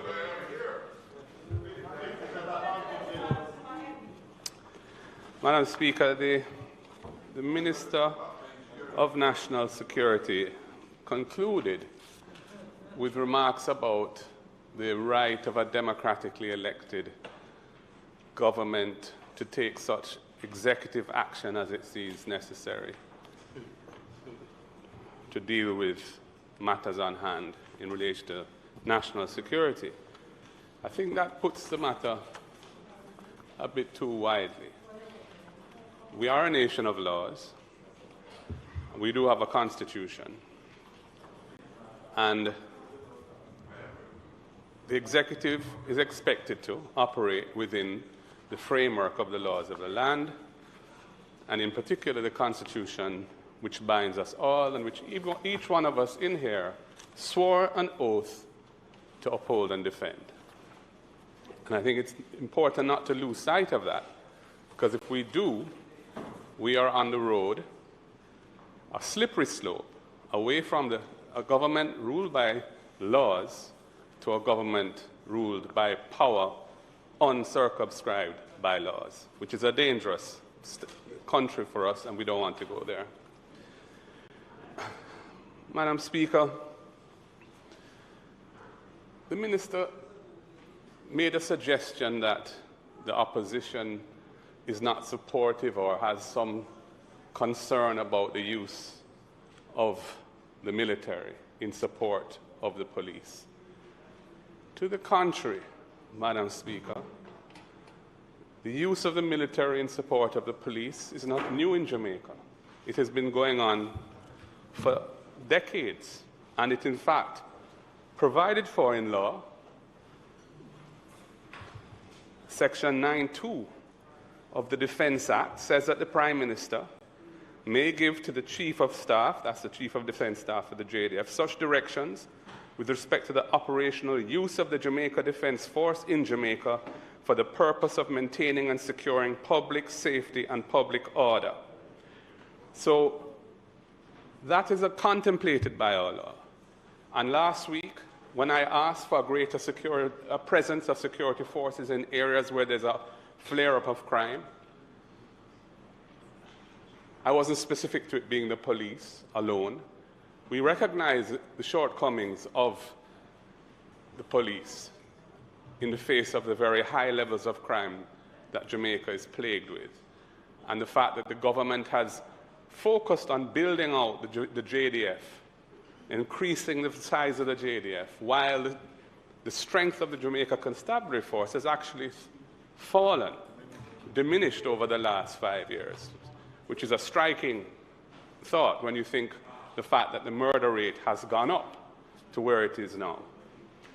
So, Minister, rest assured, we support the use of the JDF to complement and reinforce the police. We recognize that the police need that assistance, and we would like to see it strengthened in those areas where people are suffering from high, elevated levels of criminal violence. What we have concerns about is the use of a state of emergency as a policing tool in which persons can be detained without charge for very long periods of time. That is our concern. But using the military in support of the police does not necessitate the abrogation of the rights of the Jamaican people. And we've been saying this over and over again, and it remains true now as it was true when we first said it. So really it is time to mash down that lie. Mash it down once and for all. to suggest that the Jamaican people cannot be secure without a state of emergency. You mentioned legislation in other countries, special legislation. We have special legislation here.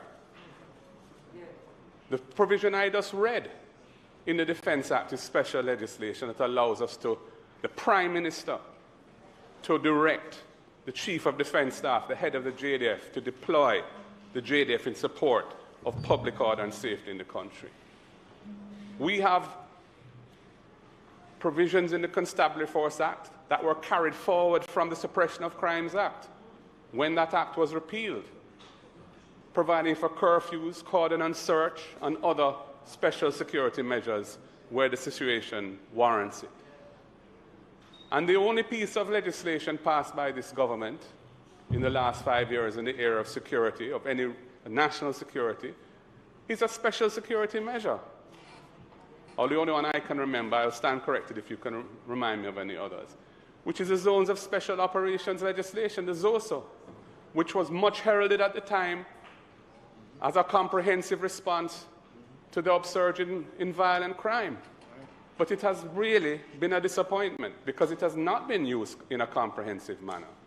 It has only been used in a few small communities where adjacent communities do not benefit from those enhanced security measures, nor do they benefit from the social investment which is supposed to go along with it.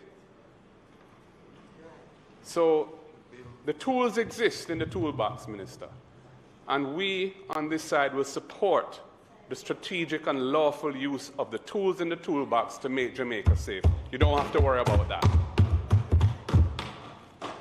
But, Minister, I must tell you, I really think the government needs to act with more alacrity when it comes to violent crime suppression and management. I was on the Joint Select Committee that reviewed the anti-gang legislation. You very generously congratulated me for the role I played on that committee. That committee concluded its work before Parliament was dissolved last year. That report was finalized. More than 6 months have passed. Your statement today says the level of homicides and violent crimes that have plagued our society for decades is as a result of inter-gang conflict in which criminals are killing criminals. That being the case, we must prioritize the legislative adjustments that are necessary to improve the toolbox. We can't sit on it. We must act with alacrity and prioritize the things that will make our people safe, always operating within the rule of law and the constitutional framework that keeps us safe too. Let us not forget that. Minister, I see where in your statement you talk about more gangs before the courts. The truth of the matter is that the record of prosecuting gang offenses is woeful. We've had cases that have collapsed, people have had to be let go. We've had one trial that I'm aware of which secured a conviction for gang offenses. One trial, and in fact it was only a partial success because many of the persons before the court were set free. So don't say that the government is achieving great things in prosecuting serious crimes. It is not true. And the Minister of Justice and the entire justice system needs to focus on what will it take to enable us to use the criminal justice system effectively on the entire continuum, from investigation to arrest to prosecution to trial to conviction to incarceration and rehabilitation in incarceration.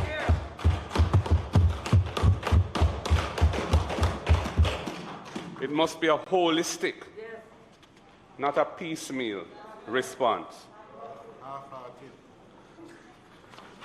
So, Minister, I just want to reiterate so that we no longer have to go down the route of any kind of snide remarks about our motives, because I don't think they're helpful and they're not accurate. and I don't think they take the matter any further in a positive direction. We support the efforts to make Jamaica safe. We are on the committee that was established. I think they call it CMOC, the Committee for Monitoring and Oversight of Crime, or whatever the acronym stands for. In fact, our former leader had written to the Prime Minister to request a multi-stakeholder approach to the issue of crime. We didn't receive a response for months and months and months. We kept asking for it. Eventually, it got off the ground with a summit at the Jamaica Conference Center, which ultimately spawned CMOC. And we are on it. We have 2 representatives on it, and we intend to play an active and productive role in making it as effective as possible. So, Minister, you can count on us to be supportive of any legitimate, authentic, and lawful acts to make this country safe, inside Parliament, outside Parliament.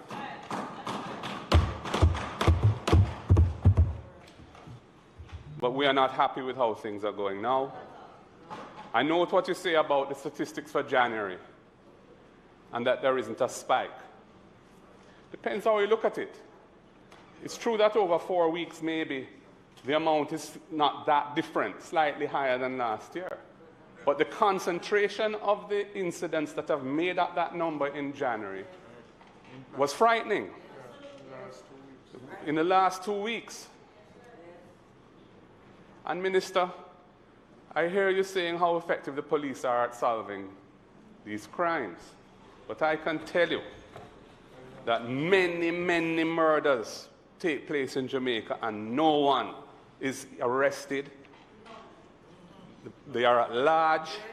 The victims are often not criminals. They can be family of criminals. Because in Jamaica, they have a thing where they say, if you can't catch Quacker, you catch him short. And the criminals we have in Jamaica, they are so cold-hearted that they often take vengeance for whatever is motivating them. If they can't get the person who they want to get, they will get somebody else who's totally innocent, but is associated, whether it be a mother, a cousin, a baby mother, a child, whatever it may be. None of us in this house, I believe, is happy with what the situation is. As you said, Minister, it's been going on for too long. It requires a national effort. But part of the role of the opposition is to hold the government accountable.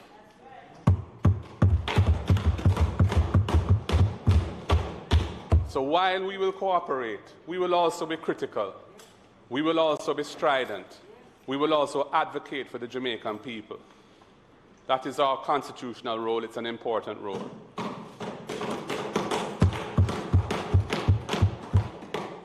And we won't shirk it just because some commentators would rather that we kept quiet and just fit in. That is not going to happen. We are going to be constructive. We are going to be committed. We're going to be constructive. And we're going to do the job that we're here to do. So, Minister, I thank you for your statement. We called on it from last week. We wanted a statement from you because of the situation out there. I'm glad you came to Parliament today and said what you have to say. As I reiterate, we will support the legitimate efforts to make Jamaica safe. We all want that. None of us are happy with the current situation. All of us are affected by it. All of us know people who have been killed. We know them personally over the years, right through to the present. None of us are happy about it. So let us work together constructively and try and salvage the situation that we face. One Jamaica. Thank you, Minister.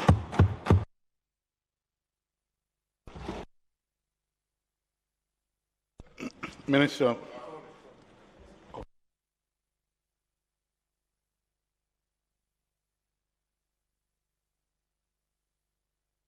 questions of the minister having made a statement to the House today. Definitely, member. I am most grateful. Anything that is in the standing orders that is allowed, we are all allowed to do it. Go ahead. I am very, very, very grateful, Madam Speaker. Norm, Yes. go ahead. Minister, first of all, let me add my own words of sympathies to the family of Ms. Garwood, who was murdered on the weekend. Let me also applaud the security forces and the persons who have cooperated to bring the investigations to where they are now. Minister, I have a few questions I have. You mentioned that in the statement that gangs are responsible for most of the murders, which is a fact. The data is there to support it. And you also alluded, Minister, to steps by the government to bring more gangs before the court. The leader of the opposition spoke to the less than desirable success in that regard, as a matter of fact. But, Minister, the ongoing issue of persons who have been convicted, gang leaders and members who have been convicted, incarcerated, continue to run their criminal enterprises from behind bar. Minister, it cannot give the Jamaican public any source of comfort when those persons responsible for organizing and seeing to the execution of persons, that even when charged and convicted, they still continue. And you know of some cases that have been brought to your attention, which today I am not aware that any steps have been taken to prevent those gang leaders from carrying out their activities. Second question, Minister. Jamaica I, from the very outset, when your predecessor spoke in this House about it, the opposition gave full support to the Jamaica I program. Minister, it's over 4 years, going 5 years now, since that program was launched. I was at the launching ceremony at the National Arena.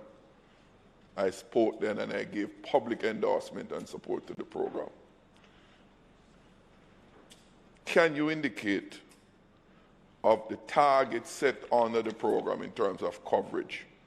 One, if there's a target, and two, where are we in reaching that target that was set for the rollout of the Jamaica I initiative?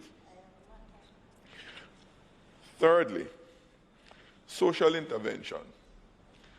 I was quite heartened, Minister, when you spoke about your full support for the social intervention in the country. And yes, you spoke of some intervention, social intervention, that have not given result that is desired.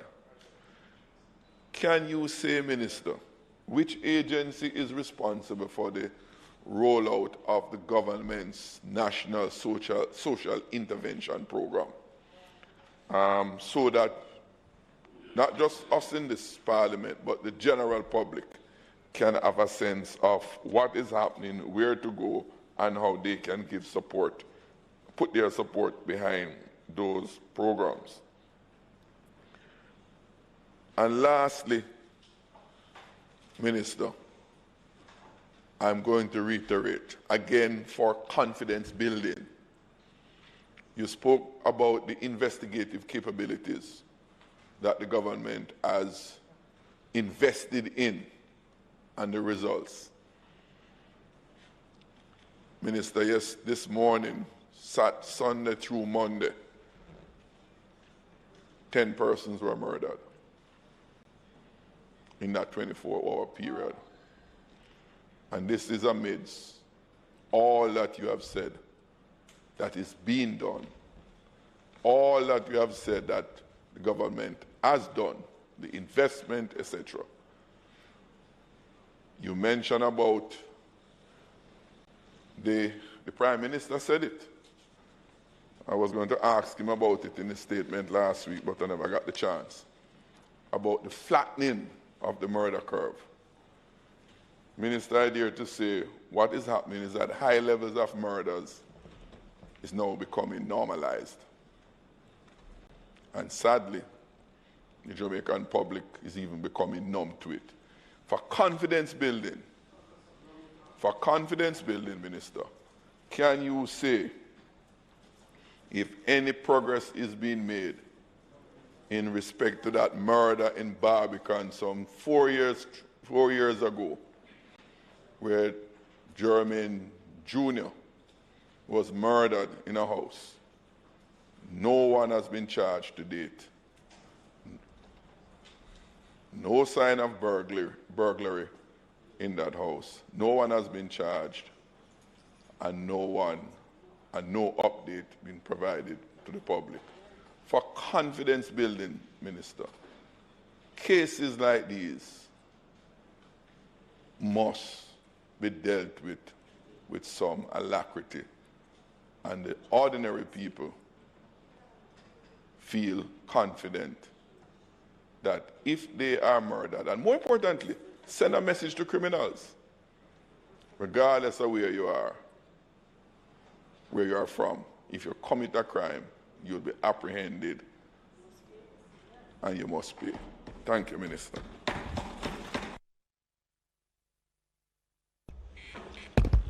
Minister, the opposition leader in his response spoke to the number of tools in the toolbox, some of which have not been utilized, some of which have been poorly implemented.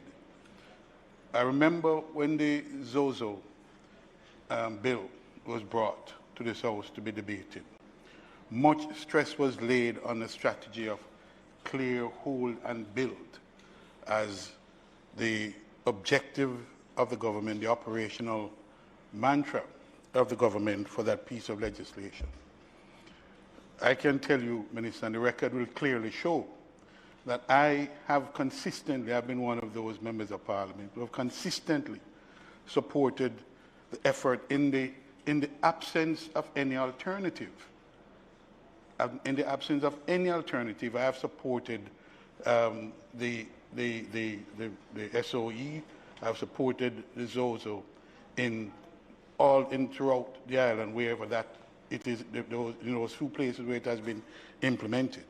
But more than that, you Minister, you'll recall that you have come to this House and told us that while the Zozo, because of the cost of the Zozo, that it couldn't be implemented even in those areas where admittedly it needs to be implemented, but that other measures would be taken to assist in those areas to ensure that the stresses are alleviated and the social intervention takes hold. I know for a fact, and you know, that I have consistently articulated a very clear set of objectives and plans and programs. And you have consistently said, yes, they will be assisted, and they have consistently been denied or not done. And in those instances, in communities that have had problems, I've seen a cessation of that violence, and over time, with the stresses and strain, have become again antagonistic, and the violence has begun to rise. And so, Minister, I believe that you have to accept and admit that even where the tools have been available, they have not been utilized, at least optimally and to the extent that the very objective for their use have been clearly established. And so I think, Minister, the challenge that is posed is not just simply that government give you fulsome and wholehearted support as executive, but that be done consistent with the plans and programs and the legislation that have been brought here and approved. And I think more needs to be done in that respect.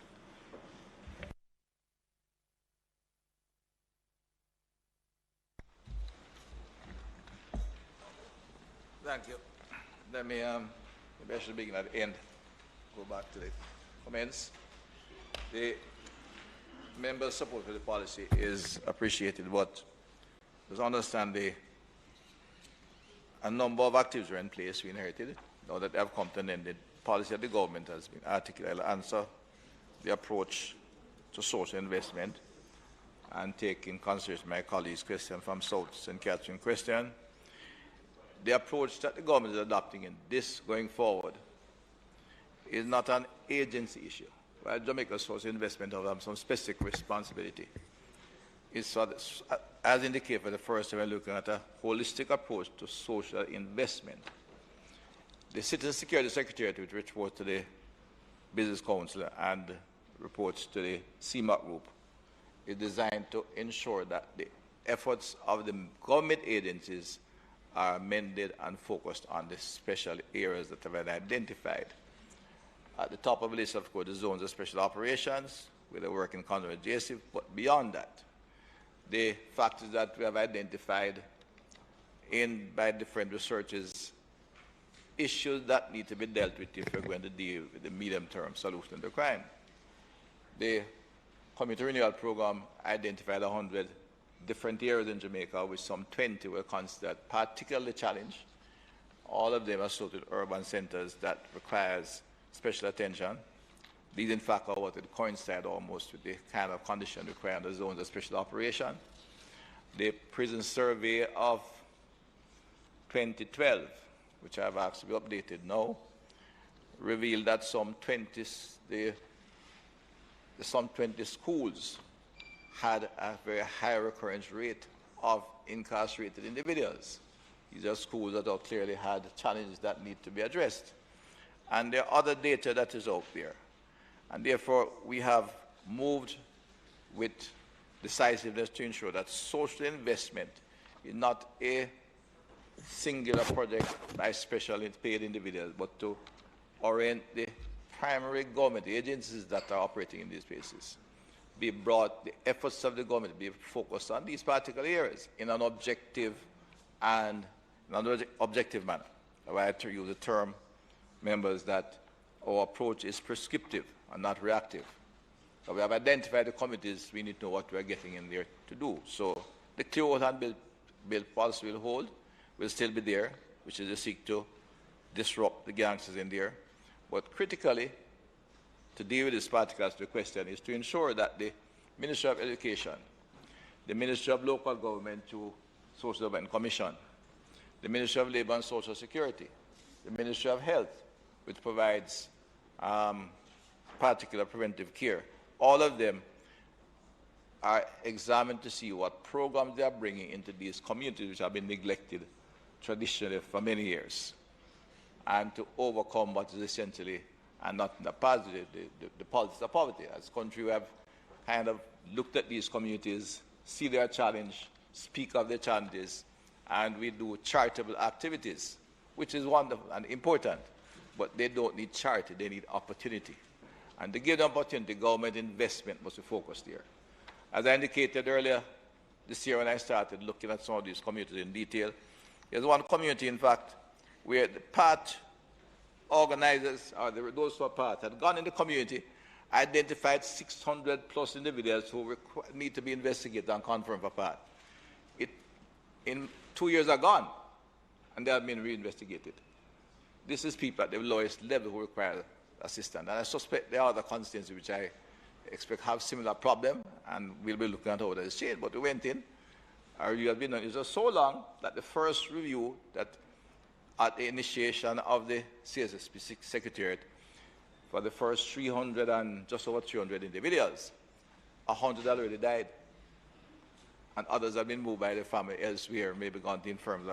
So we will ensure the other 120 will be on the program starting this month. And that kind of activity seems to recur because the MDAs are not geared to deal with these challenges specifically. And what you're doing is reorienting the government programs, because those parts of the standard government program designed for those at the lowest level. You have communities in which individuals are saying they cannot operate, they cannot go in. We have to ensure they operate, and part of that is where the security comes in, that they must operate in a safe environment provided by the police force, not by any negotiated peace with some criminal. This government is not involved in that. So the entire social investment activity of the government will not ignore elsewhere, but where these communities are concerned, the structure we have established is designed to focus activities on them. The gangs operating behind bars, you have raised this issue before, Minister. Much work has been done. It's not something unknown. It's not a rebuilding of anything. Much work has been done to control that. And much crime has been stopped because of the intervention. But there's more work to be done.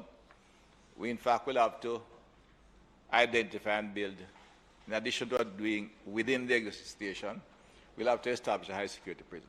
It's just a simple fact of life where we can be even more rigid in controlling the activities and preventing the kind of movement out of these communities. Because the reality of it, we have to face it. While we take steps to correct the situation by both, the person who work in this situation, live in the same community criminals come from. That's the face reality. This community has become criminals out there, not only disrespectful of children, but the informed for dead culture is a long-standing part of the unfortunate part of our subculture. And we have to speak with that reality. So the warder who may find himself being invited to break the rules, if he doesn't find a way to do it, he may end up dead the next day. Right? So the action we are taking to protect them, to provide a system that can protect them, is ongoing. But we have to ultimately come to a point where we find a single high-security prison that we can put specially vetted individuals secure, and that we are pursuing actively. It will begin. It has started. It won't finish during the course of this financial year, I'll be honest with you, but it will be done. But that's the only way we're going to get to stop certain high-value criminals continue to find a way to subvert the system and create criminal, and continue to have criminal impact out there. Sometimes the forces involved will say to me with a little bit of a lot of my time is spent saving criminals. A lot of the instruction they give is not only to extort and all things, but they are out there to kill the other gang members they don't want. And we have had to spend security time to prevent the killings. And many have been stopped, but some have gone through. That's the reality of dealing with gangs like that, and we'll have to take steps. This has been going on for years. We are taking steps, I said, in all the broad areas of security, from social investment, anti-corruption, the security forces, and each area costs money. And we are pursuing that activity, but some will take a little more time. We are looking at how we can, in fact, improve the existing situation. My minister and the ministry have taken it very, very seriously. We're working closely with improving both the security of the prisons and the personnel in there. But I know there's a particular incident that you're referring to. Well aware of it. We have done some work on that particular one, and we're going to do more work. I expect by March, I'd say April, we will bring some legislation here to assist us in dealing with those with contraband going to the prisons almost willy-nilly.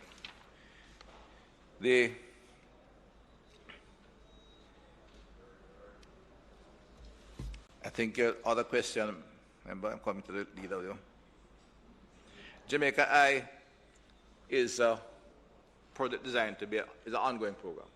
We have gone into all the townships we have at our outset. We are now moving to some smaller township in the Mid-Island here, particularly in St. Elizabeth, where the statistics will demonstrate that the armed robbery in Junction, Black River, and Santa Cruz have been particularly high. And there are a number of these smaller towns which are quite active, relatively prosperous communities where there are 2 or 3 strong supermarkets or Western Union, cash business, that have all become a target for these criminals. So we are going to seek to install cameras in some of them because it will help the police and prevent and deter a lot of this activity.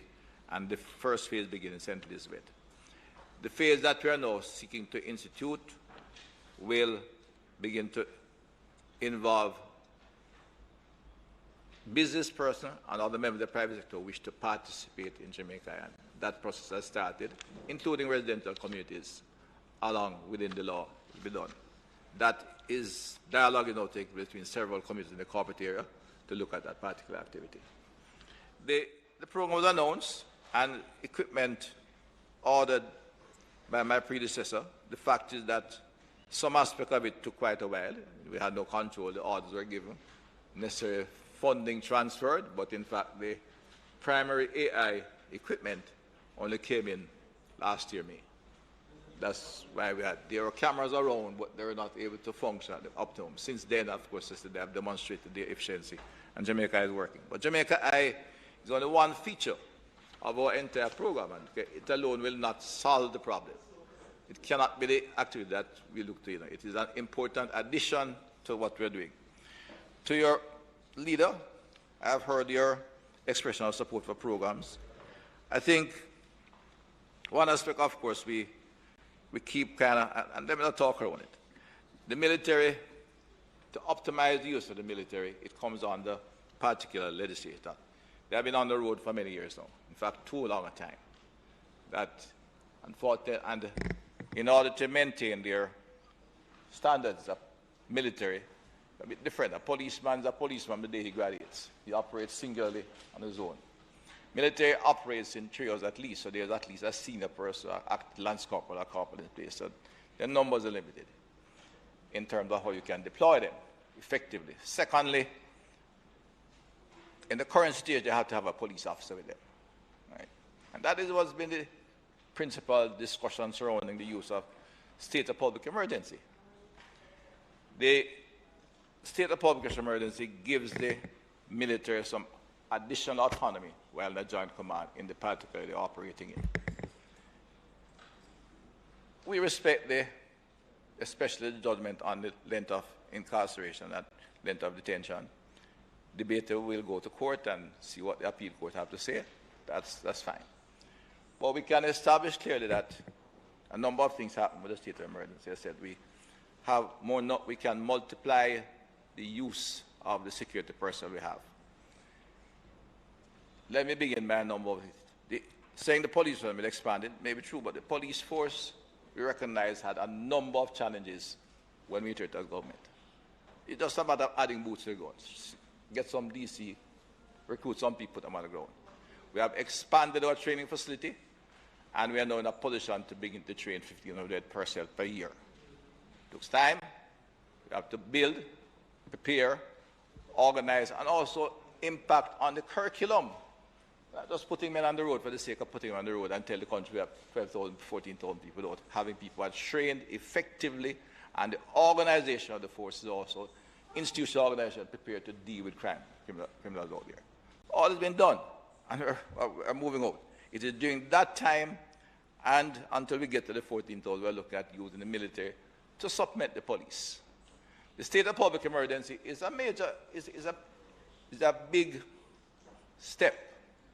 But what this government has demonstrated, a government led by Andrew Holness, is that we have been able to execute the state of public emergency without abusing people's rights. And leader, let us go into the history of it. A lot of the legislation that you have now that restrict the government action, you should give thanks to this government.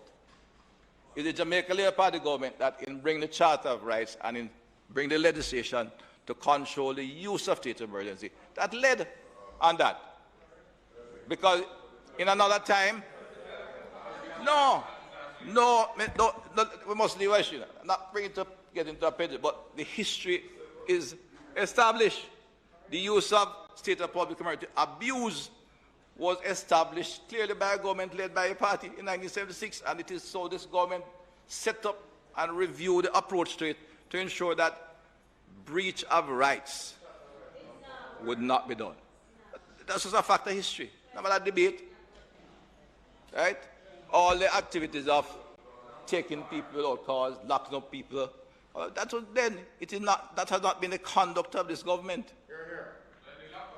Right? Not true. Our thousands. Don't go there. The government of the day built wire fence and red fence to lock up hundreds of people, take them up in truckloads. when the state of emergency was concluded on the last occasion, just over 200 people were incarcerated. Don't talk about lack of thousands. People were picked up and processed as is required in the community.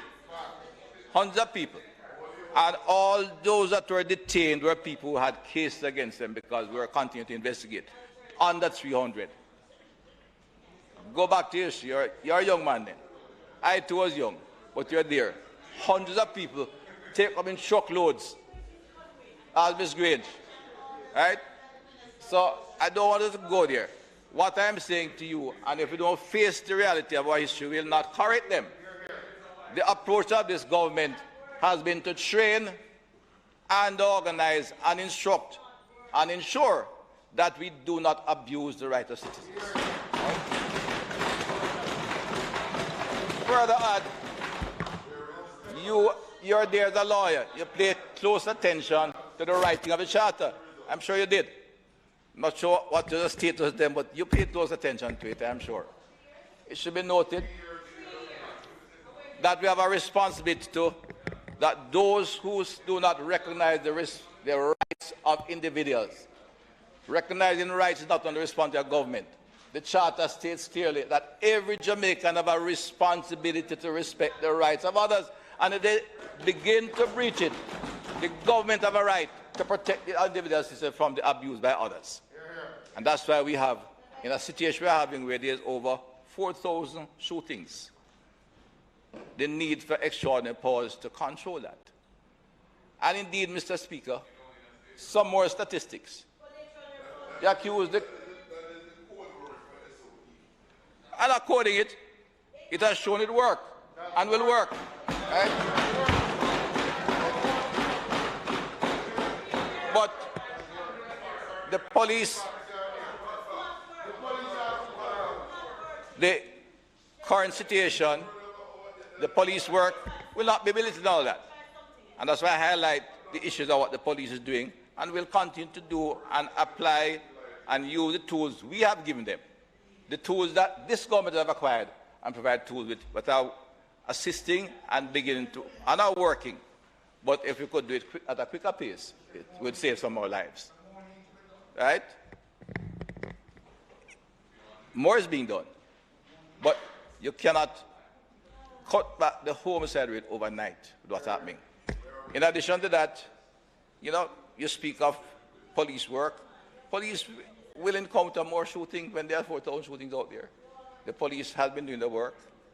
They are working hard, they are working well, and they are protecting Jamaicans. Additional tools to save some lives, I think, is only interest of the country. But, Madam Speaker, I think I've made the point.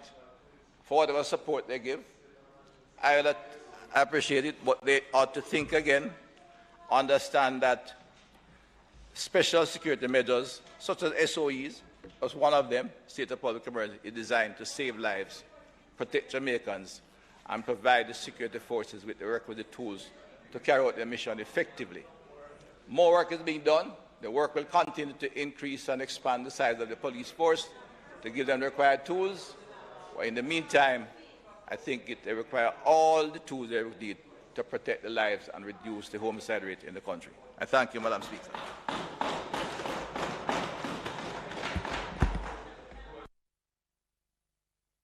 Yes, done. Minister, on the Jamaica Eye, you indicated that it's a continuing program, yes. Is there any incentive being provided for private businesses or private individuals in the acquisition of the compatible instrument, cameras, and whatever else that goes with it to complement what the government is doing centrally? I will say nothing specific at this point in time. I understand that the duties and things like cameras and computers and electronic materials is fairly low. I've made a special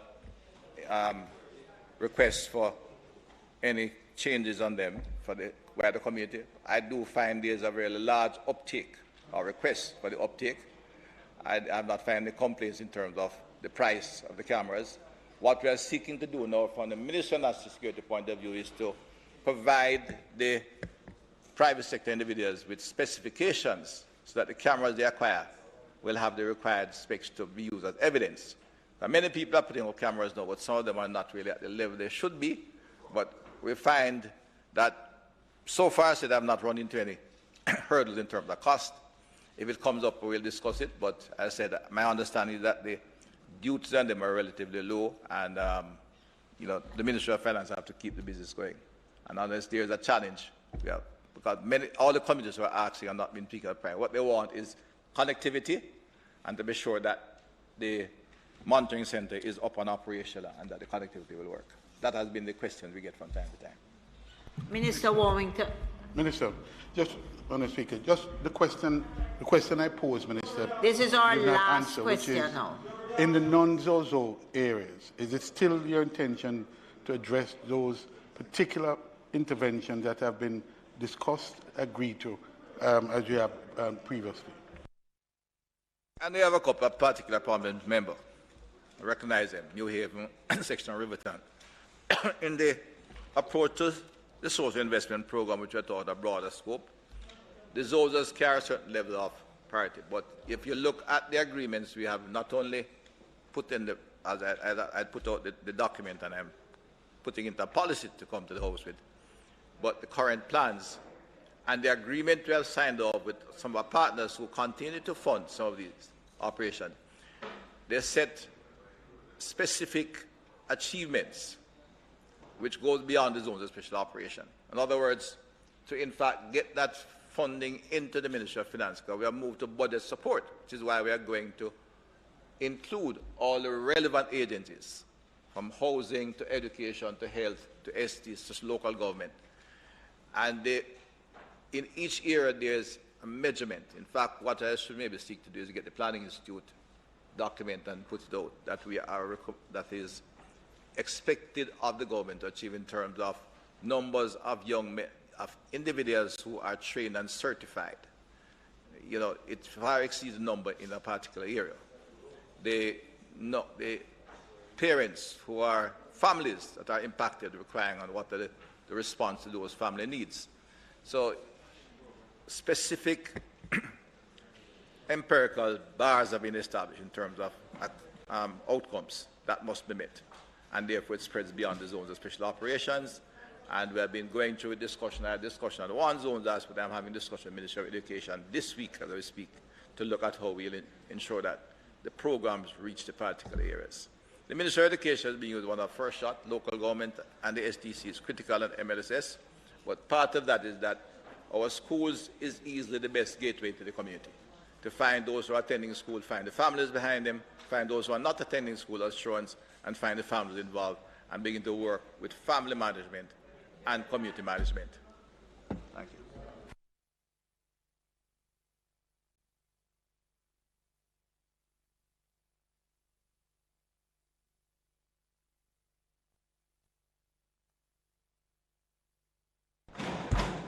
Madam Speaker, I wish to speak on the issue of our policy and effective maintenance of our roads and infrastructure.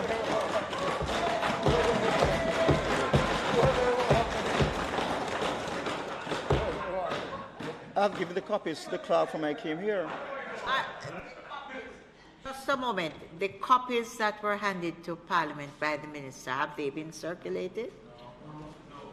There are copies that have been handed, I know that. Please have them circulated before the Minister starts. Please. Okay, Madam Speaker, I wish to speak on the issue. Minister, just wait and let me have your copies circulated. Not my fault. As soon as I came to the door, I gave it. The copies were here long ago. Yes. Certainly. What? Thank you. I don't want to all the copies are circulated. Thank you. Go right ahead. Madam Speaker, I wish to speak on the issue of our policy and effective maintenance of our roads and infrastructure, which will lead to the improvement in the quality and standard of works being undertaken by the National Works Agency going forward. We'll also re-examine the approach to the patching and repair of our roads. There are some 5,000 kilometers of roads under the control of central government, and we'll move to implement a proper maintenance program Maintenance work will be viewed as either preventative maintenance or corrective maintenance, which includes performance standards, routine maintenance, periodic maintenance, rehabilitation, and emergency repairs. For performance standards, the most effective team size, equipment, methods, and procedures for performing the work will be defined for each significant maintenance work item to be utilized. Routine maintenance, which is preventive maintenance, is the day-to-day maintenance of our highways and will be carried out throughout the year, example, bushing, cleaning, side drains, and small repairs to pavement surfaces, etc. Periodic maintenance, which is also preventive maintenance, as its name implies, will be carried out periodically, usually at intervals of a number of years, and will include resurfacing of pavements, regraveling, resealing, or overlaying. It is important to note that we are dealing with very old infrastructures, and over the years, inadequate funding to satisfy the needs of not only our main roads, but also some of our secondary roads. Rehabilitative maintenance, which is corrective maintenance, will be carried out when a particular road element has reached a stage where, despite routine maintenance, it does not fulfill the function for which it was originally designed or intended. Emergency repairs will be carried out following every damage caused by floods, hurricanes, and other natural disasters. We'll have to establish the updated conditions of each road. This will be done by using Geographic Information System, GSI, and other methods of audit to audit the conditions of the roads. The last road condition survey was done in 2014. The Planning Department, through its Road Planning Unit, will urgently commence condition surveys on all the roads under central government control. This has to be done before we can put in place a realistic maintenance program and we allow for the necessary funding to be secured and prepared. We'll put in place a national road service improvement program. The first aspect of routine maintenance is roadside activities. We will begin with initial cleanup, debushing, drain, and culvert cleaning. This will cover our A roads, B roads, which are our secondary roads, and C roads, which are tertiaries, which total approximately 2.5 kilometers. These are normally in the worst conditions. Road maintenance must begin on day 2 on all newly rehabilitated roads, followed by regular inspection. The works of the National Works Agency must be dovetailed with that of the National Water Commission.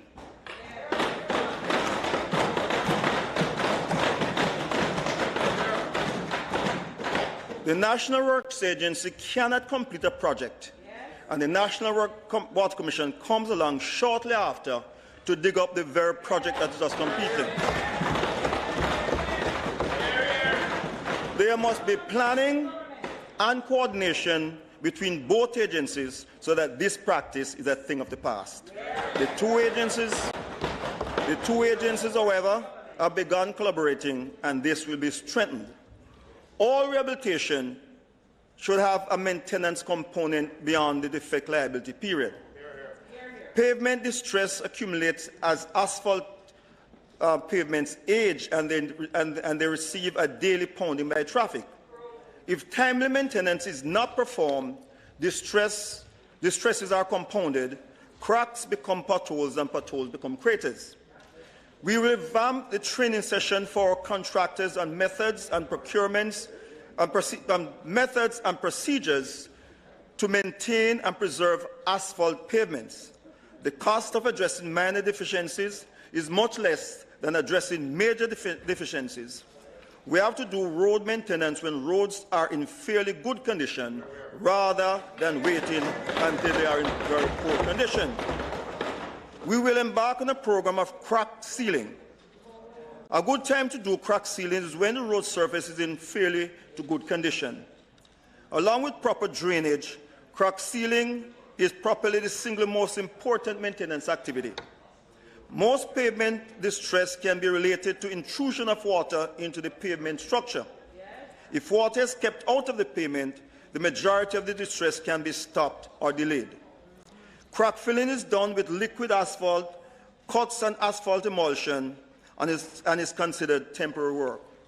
We'll also be seeking to do more full depth and deep depth patching. The material for the patching will include hot mix asphalt, asphalt emulsion mix, stockpile patching mix, and proprietary mix with special blend of aggregate and modified blenders. Full depth patching is the removal of the entire pavement surface layer, regardless of its thickness, over the patching area, while deep patching is removing of 4 inches or more of the pavement surface. In full depth patching, the material in the repair area will be removed to the depth necessary for reaching a firm surface. This means oftentimes removing some of the subgrade. A full depth patching may even require some additional drainage. The excavation is extended at least 1 foot into the good pavement surrounding the patching area. Patches would be squared head and cut rectangular in shape without having varying lengths or width within the patch area. If the width of the patch is near the width of the lane, a full patch may be best because the contractor can use standard paving equipment rather than handwork and eliminate extraneous longitudinal joints. A pavement saw makes fast and clean cuts. After the material is removed and the patch area is cleaned, an asphaltic top coat will be applied to the vertical surface of the patch. Proper compaction is a critical factor in producing a permanent patch. Proper supervision from the NWA staff will be a critical factor in the effort to carry out proper patching. There is merit, Mr. Witter, there is merit in reintroducing for low traffic volume roads double surface dressing and spray patching to complement the patching program. We will explore a ratio of 75% of contracting these work against 25% in-house. There will be no further road construction or rehabilitation without a comprehensive drainage system.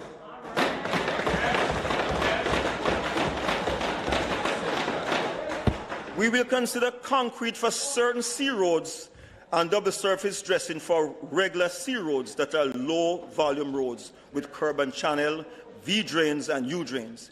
It will be necessary to discuss with quarry operators the production of the right size aggregates for double surface dressing, that is 3/8 and 5/8 inches. Hot mix being transported to site must be properly covered, even with double or triple covering, to retain the heat content and temperature. On-site tests must be done on the arrival of hot mix before it is used. Job mix design is critical. Therefore, our quality control representative is mandated to visit every batching plant supplying hot mix to the National Works Agency and sample all material in stockpile frequently. The agency will conduct refresher training course tailored for its patching contractors, including traffic management. Performance standard will be set from the beginning. A contractor cannot patch more than a specified square measurement per day, and this must be monitored by the National Works Agency staff. Proper marking must be done before cutting, and deep cuts will not be left open, but will be temporarily filled with material until the day of patching. Closer supervision will be done by the National Works Agency to ensure that the quality thickness of the completed patch is in keeping with the contract. Otherwise, payment will be withheld. There will have to be proper compaction of mold base before any patching is done, and the team will ensure that the asphalt is also fully compacted. Thank you, Madam Speaker.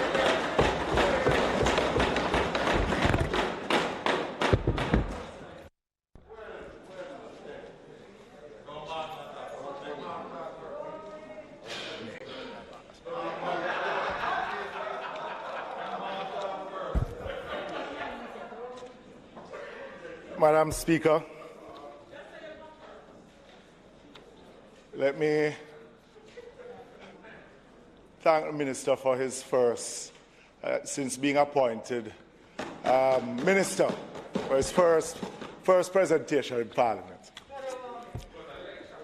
But, Madam Speaker, you know, I was hoping when I saw the agenda for Parliament and saw that the Minister was going to make a statement, I was hoping that the Minister would be coming to the Parliament to tell the people of Jamaica through this medium of how it is that the agency which he has responsibility for would be easing the plight of the transporting public.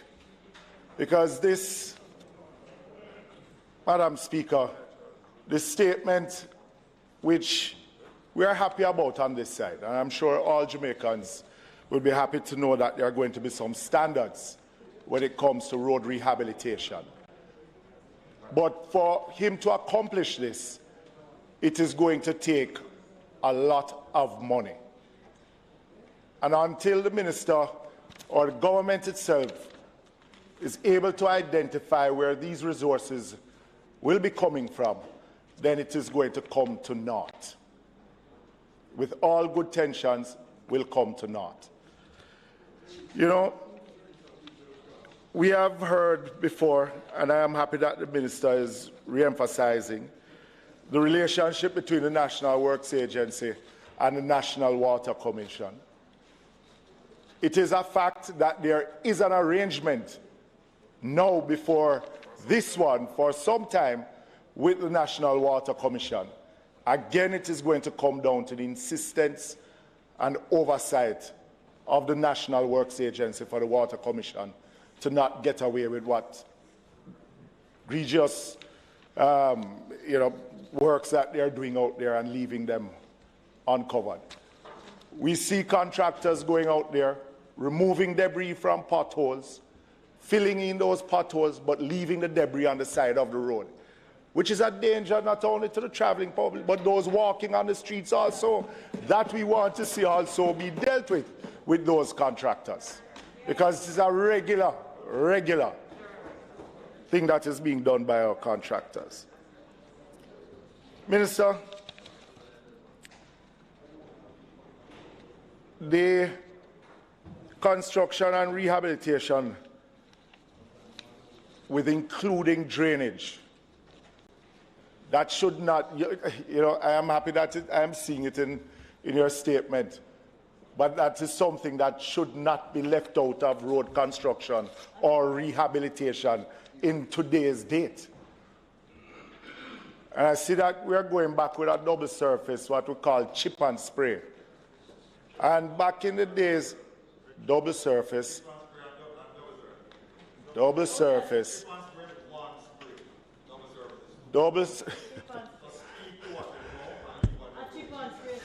we are speaking about double surface, chip and spray. Eh? Minister, you're supposed to be out of airport to signal the plane, man. Just leave road work now, no, man. Leave road work now. To welcome the leader. I am happy to hear that. Minister, back to the statement.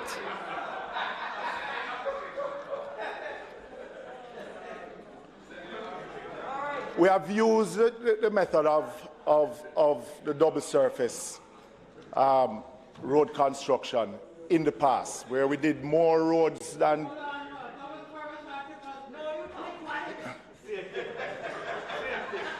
I tell a lie upon you, so just lie me. So we have used it in the past, Minister. But the challenge that we see is the testing of the sub-base. And in many instances, where we should be getting 3 to 5 years, we end up getting less than a year before we even see potholes popping up in these roadways. It is going to be more than important that the testing and the approval of these sub-base be done properly. As we know in the past, where persons pay labs to do testing and to give results that should not be given. Favorable results. So if it is that we're going back to that as a policy, it is important that we get value for money for the taxpayers.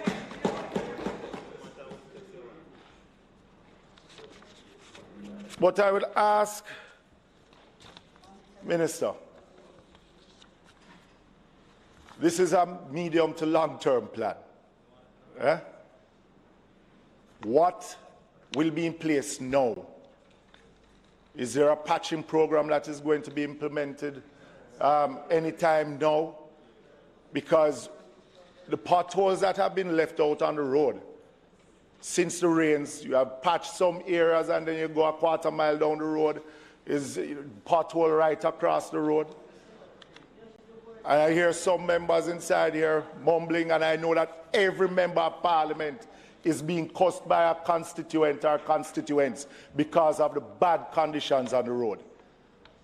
And I started out by saying I was hoping that the minister would have come to say to the country what will be what will be done in the short term to alleviate some of the dangers that we are facing out on the road as it is now. So, Minister, I commend you on the statement and that you are looking forward in putting in a policy that will give us more quality than quantity. But you won't realize this unless you get the budget to do it. Because if you look at it now, with some of the roads that are now being rehabilitated, you are not even scraping the surface to go down to the sub-base because of costs. What you're doing is filling out some of the holes and resurfacing. So when you are saying going down to 3 and 4 inches, it's going to be the same cost as when you're putting on the hot surface on the road. And we understand that it is the correct way to do it. But if you don't have the resources, you will not be able to accomplish this. And I'm saying that I'm happy that you have come to make a statement to the House with this in ensuring that we're getting quality and holding the agency, the National Works Agency, and the contractors to book to ensure that the Jamaican people get quality out of the road rehabilitations that we do. Thank you, Madam Speaker.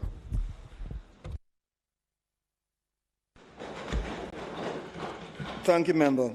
The member said he hoped that I would have come here to make a statement as to how I intend to relieve the plight of the traveling public.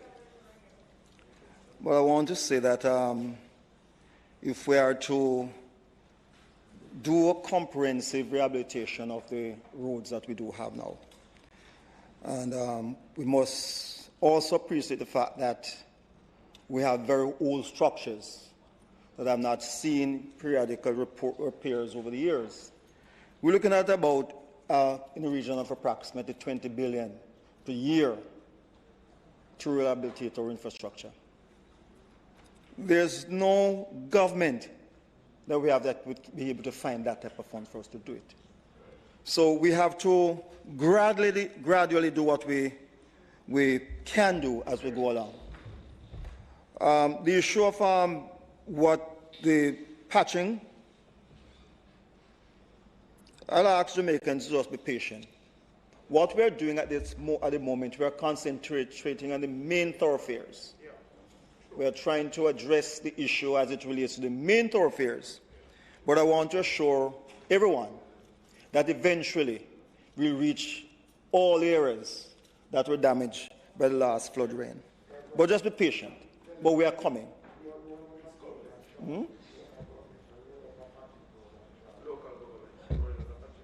And the minister said the local government ministry is going out on a patching program very shortly. So we coordinate and we do. So I just ask Jamaica to be patient. I'm aware, the government is aware of the conditions out there, and we will address it as we go along. It can't be done immediately. But I personally will do all that I can to see that it is addressed. And this is why I state today the standard that will be followed or implemented. Because unless we have strict standard, we are going to repair today, patch today, and the road is gone tomorrow. So this is why we set the standard be followed.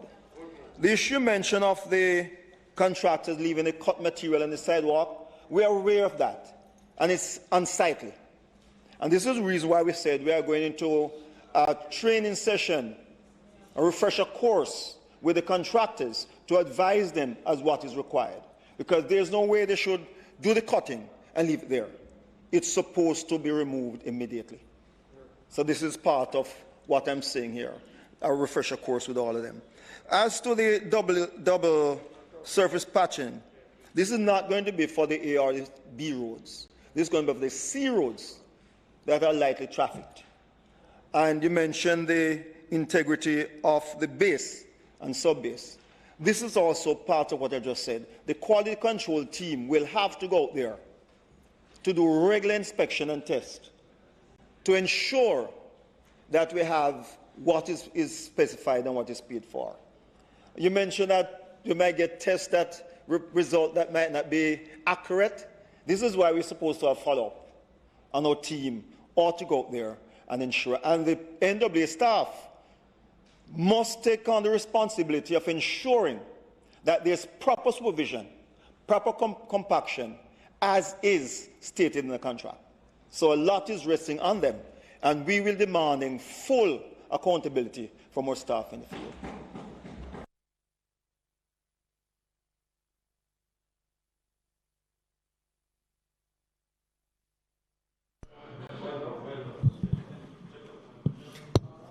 Announcements.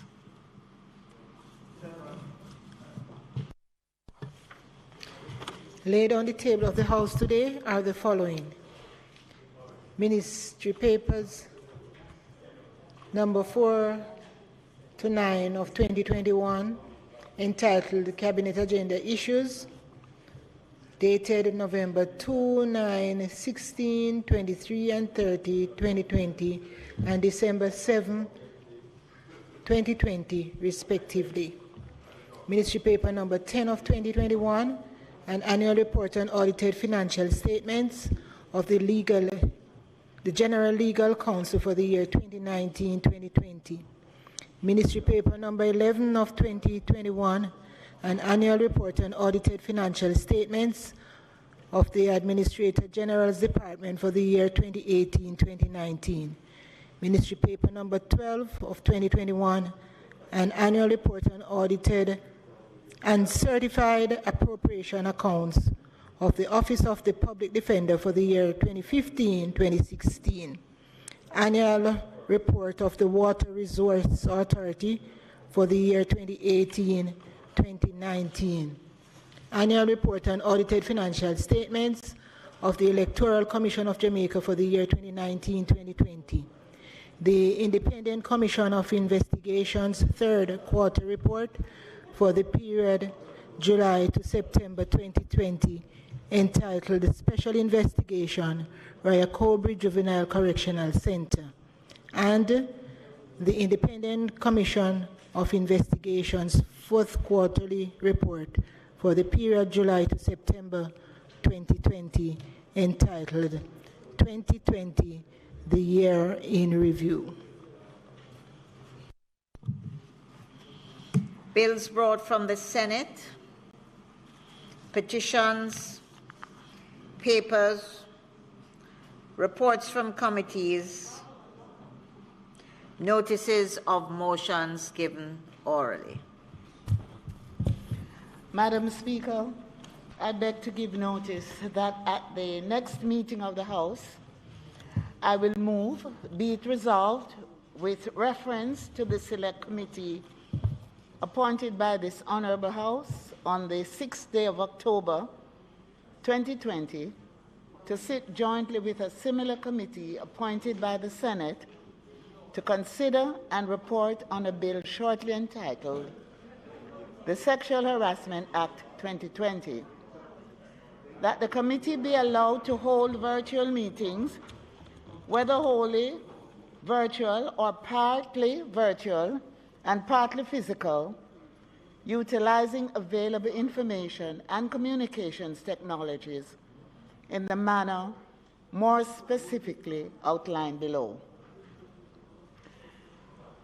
Preserving the rights, powers, and privileges, including voting rights, normally accorded to a member of a committee, the committee is empowered to 1. Convene and hold meetings in virtual spaces created using information and communication technologies, which shall be considered committee meetings for the purposes of its mandate. 2. Allow access and participation from remote locations as are enabled by means of information and virtual technologies by members and other persons authorized by the committee. 3. Include members accessing and participating from remote locations as a part of its quorum. 4. Receive, consider, deliberate on, and respond to feedback and submissions in formats, modes, and media, and via platforms, modes, and media enabled by means of information and communications technologies from any person. 5. Consider any and all information generated, communicated, and received via formats, platforms, modes, or media as enabled by means of information and communications technologies as forming a part of the record of these committee meetings. Madam Speaker, I further beg to give notice that at a later stage, I will move for the suspension of the standing orders to enable me to take the motion. Thank you.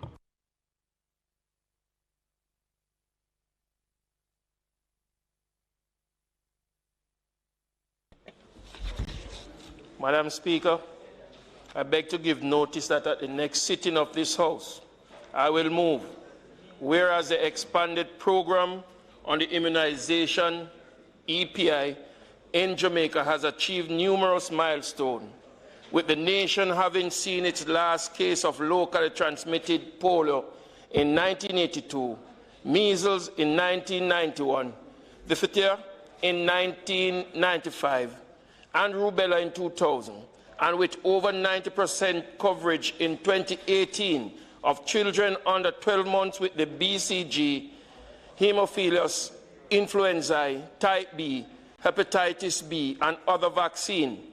And whereas vaccine-preventable disease in children has plummeted and the WHO Vaccine Preventable Disease 2020 Global Monitoring System has indicated no reports of these infectious disease in Jamaica. And whereas the EPI does not, however, robustly address vaccine-preventable disease in adults, and whereas over the last 20 years in the USA, the role of pharmacists in immunization delivery has expanded, significantly improving the rate of vaccination among adults.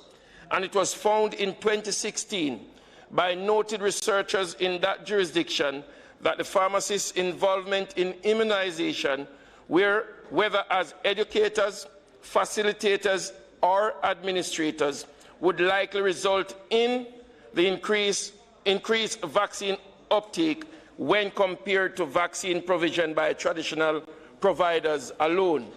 And whereas the European Interdisciplinary Council for Aging, EICA, which brought together stakeholders from the medical and pharmacy professions, the pharmaceutical industry, patient aging organization, and health authority, found that access to vaccine can be improved by enabling community pharmacists to vaccinate.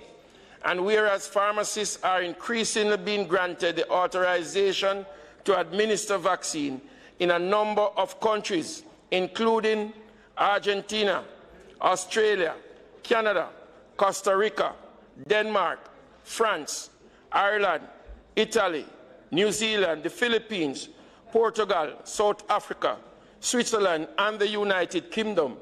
And whereas after 2 influenza seasons an analyst of pharmacist-administered influenza vaccine in Ontario, Canada, demonstrated a net immunization increase of almost 450,000, 3% of the population, with pharmacists vaccinating approximately 765,000 people per year. And whereas pharmacists have joined the front line of the COVID-19 fight, and the intention in the USA is to expand their role in combating the pandemic and increase the numbers of providers who administer this vaccine.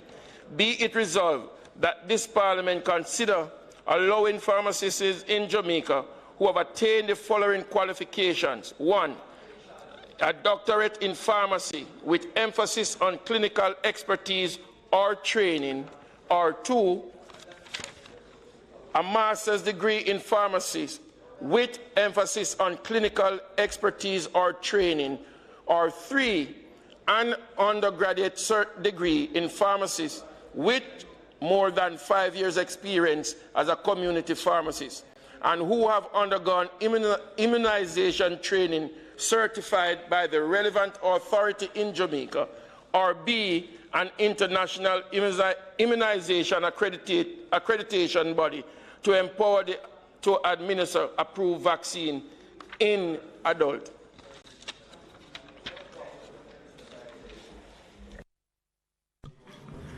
Member Hanno. Thank you, Madam Speaker.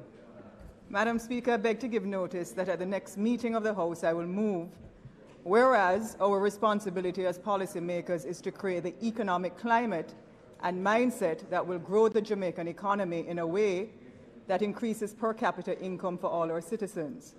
And whereas we have repeated for decades that our national trade policy is export-driven, and this position was reiterated in a recent policy document, and I quote, "At the national level, Jamaica's trade policy can be said to be always export-led, even when the country introduced an import substitution policy in the 1950s, end of quote, from the Ministry of National Foreign Affairs and Foreign Trade.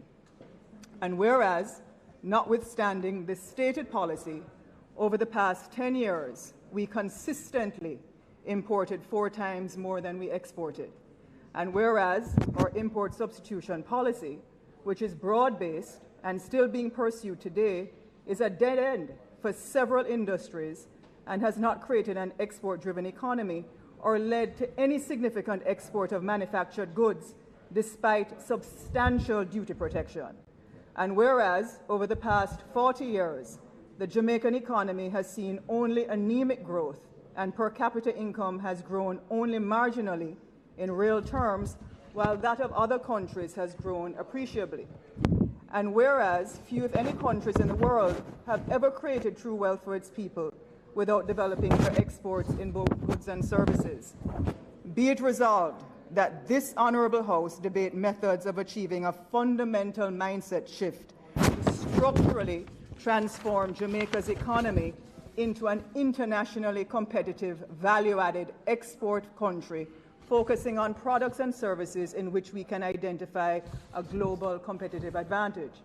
And be it resolved that we commence a process of strategic global repositioning based on a foresighting of global opportunities and a careful analysis of the goods and services in which we have or can develop a competitive advantage. And be it further resolved that Jamaica pursue strategic global repositioning not as a one-time action, but as a process of continuous innovation that fosters agility in recalibrating and improving production so as to secure and sustain a competitive advantage given rapidly changing global and technological developments. Thank you.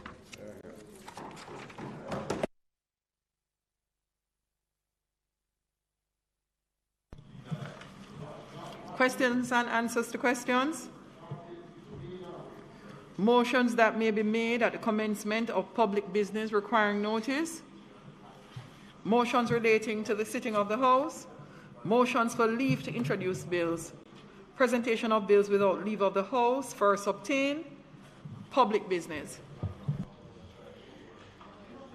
Madam Speaker, I now move for the suspension of the standing orders to enable me to take the motion, notice of which I gave earlier.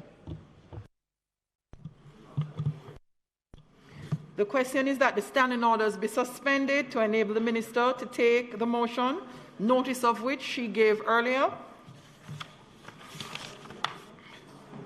Those in favor? Those against? The ayes have it. Madam Speaker, I ask for this motion to be approved. The question before the House is for the motion to be approved. Those in favor? Those against? The ayes have it.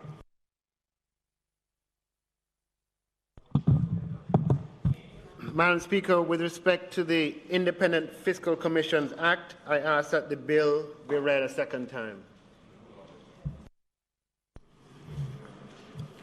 The question is that the bill be read a second time. Those in favor? Aye. Those against? The ayes have it.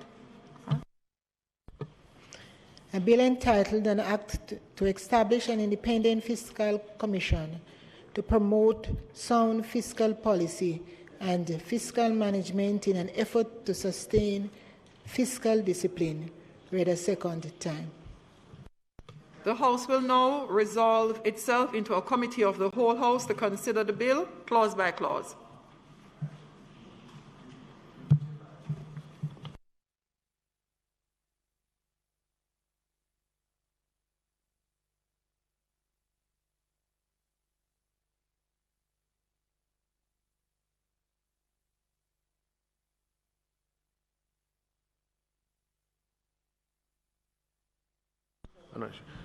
Chair, there's an amendment sheet that has been circulated, and I just have sort of two other amendments in addition to the amendment sheet. What I propose, Chair, is that we just go through clause by clause, and we can adopt the amendments from the amendment sheet as necessary, and any other amendments that may arise.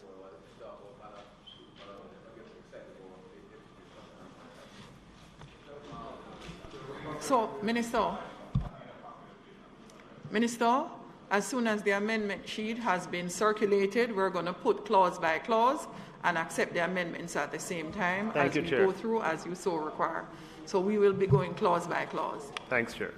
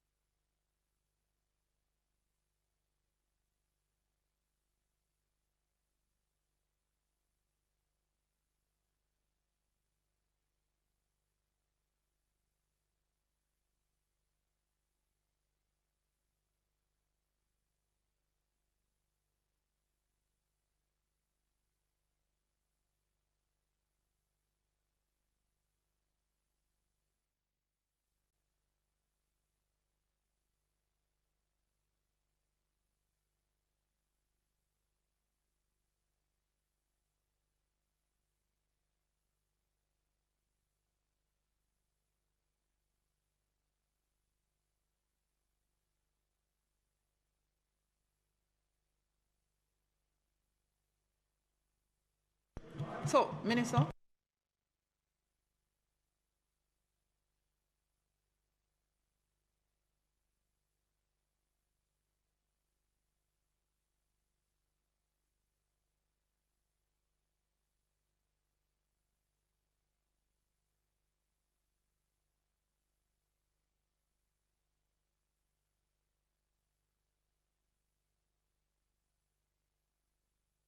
Right. I put clause 1 of the bill. Those in favor? Those against? Those in favor? Those against? The ayes have it. I put clause 2 of the bill. Madam Chair, in clause 2, yeah, go ahead. There's no subsection 2, so the question was whether we needed a subsection 1 in front of "in this act." It could just go "to in this act."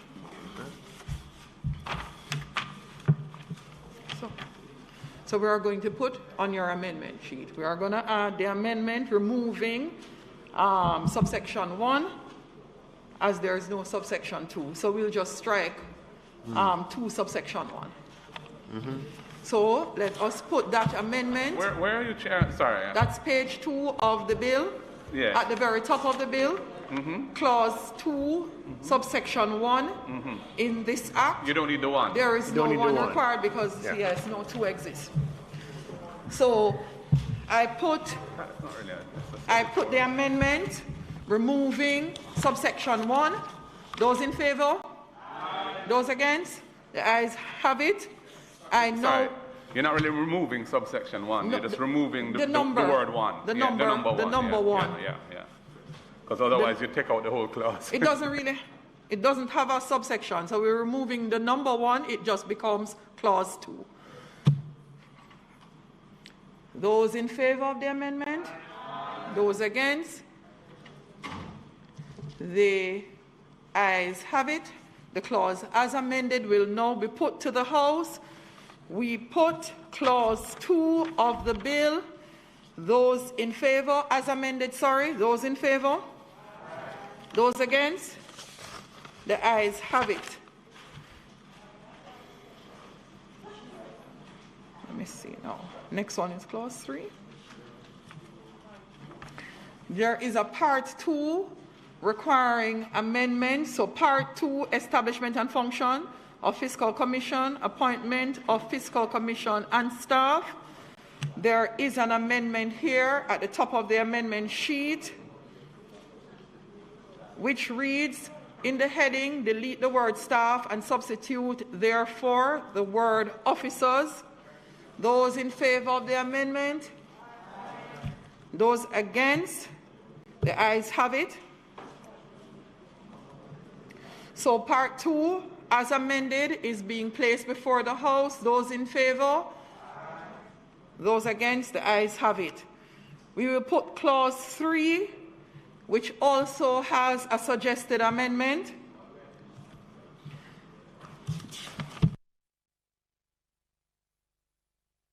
I put the amendment to clause 3 before the House.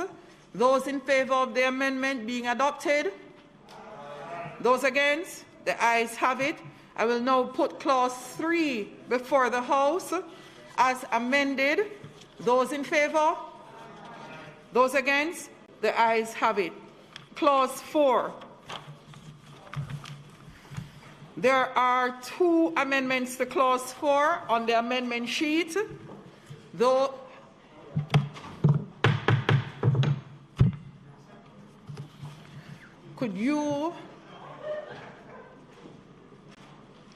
I will put both amendments, number 1 as it relates to subclause 2 and number 2 as it relates to subclause 5B before the House. Those in favor of the amendments in the amendment sheet? I cannot hear you. Thank you. Before you put the clause that amended, Madam Chair, there's another amendment in clause 5. I will still put. Can I just get this other amendment in and then you put all of clause 4? Go ahead, Minister. Yeah, so it's in subsection 5A, where it says the Governor General, acting after consultation with the Prime Minister and the Leader of the Opposition, shall appoint a tribunal. We would remove that as it is written and instead insert the Governor General, acting on the recommendation of the Prime Minister after consultation with the Leader of the Parliamentary Opposition, shall. Minister, this is an important amendment. it's a substantive amendment. We're dealing here with the tenure of office of a fiscal commissioner who is supposed to provide some important monitoring and oversight of fiscal commitments that are in the fiscal responsibility framework and the performance of the government in achieving that. This is a provision which is dealing with removing the fiscal commissioner from office. And the bill that came here, which dealt with the appointment of the tribunal, had in it that the Governor General appoints a tribunal, having consulted with the Prime Minister and the Leader of the Opposition. And that is what we normally use nowadays for sensitive positions, such as in the Integrity Commission and that sort of thing. Why would we be moving away from that to one where the Prime Minister is the person who recommends the constitution of the tribunal to remove the fiscal commissioner? I've been advised that the AG is not here, that in the Integrity Commission this is what we use. This is an amendment being suggested by her. No, but I don't agree with it, because the trend in relation to sensitive posts is not to give the Prime Minister the primacy of decision making. It is to give the Governor General, who is regarded as more independent, but he must consult with both the Prime Minister and the Leader of the Opposition. Now, where you're talking about removing a fiscal commissioner, which might be a controversial issue, depending on the reasons for it, it is right that the tribunal that makes that decision should be objective and independent. And the Governor General appointing that person is the appropriate way to do it, not acting on the recommendation of the Prime Minister, having consulted with the Leader of the Opposition, which essentially gives the Prime Minister, of whichever party, the Prime Minister the determination of who is on that tribunal, but rather let the Governor General do it, because he is regarded, or she is regarded as being, as I've said, the sort of bastion of independence in these matters, but that person consults with the Prime Minister and the Leader of the Opposition. Yeah, as you have pointed out, the bill that came here is in this form for the reasons that you had outlined. The Attorney General moments ago mentioned to me that in the Integrity Commission version of it, it has. I don't think that is correct. As a practical matter, it still will be the Governor General exercising his discretion. No, it's fundamentally I'm happy. different. No, look, this is not. Yeah. The AG is not here. It's unfortunate she's not here, because this is we're dealing with the appointment of a tribunal. I am happy with it as is. As it is. Well, let's stick with it. Yeah. It is a better bill with cause it as for, please. Just to make sure I'm very clear, Minister, are you going to leave clause 5 subsection A as it was in the bill, or are you going with leaving it as it was? Leave it as it was. So it's the amendment sheet that we're doing, and not the additional amendment. The two amendments on the amendment. Consultation versus recommendation is actually no different, but the idea here is that the bill has a provision for the fiscal commissioner to be removed for some cause. If the Houses of Parliament, both houses, vote to remove the fiscal commissioner, and remember the government is in control of, not in control, but the government by definition would have a majority in both houses of Parliament. If it chooses to exercise that majority to remove the fiscal commissioner for cause, the next step would be that the Governor General appoints a tribunal to hear the matter. Yep. And so, given that the government at all times has the theoretical possibility of using its majority in that way, the idea is that the tribunal, you want to make sure the tribunal is seen to be impartial. And therefore, the way it's written, as the bill came to the House, is that the Governor General acting after consultation with the Prime Minister and Leader of Opposition, if the Prime Minister is seen to be influencing the composition of the tribunal, then you don't have the check and balance that you want to have, that the houses come together and it's almost like houses come together and say, look, this person needs to go, and the Governor General appoints a court, essentially, that will try the case. But his appointment needs to be seen as impartial. I was just, I defer to the legal, if they said that an integrity commission is done in a particular way. But my layman's consultation, recommendation can be interchanged. They're fundamentally different, Acting Speaker. There are formulations Minister, that exist. You're withdrawing that amendment, and we will just go with the two previous amendments. Leave it as it is. Which is subclause 2 and as it relates to subclause 5B. Members of the House, I put to you the two amendments under clause 4, subclause 2 and subclause 5B. Those in favor?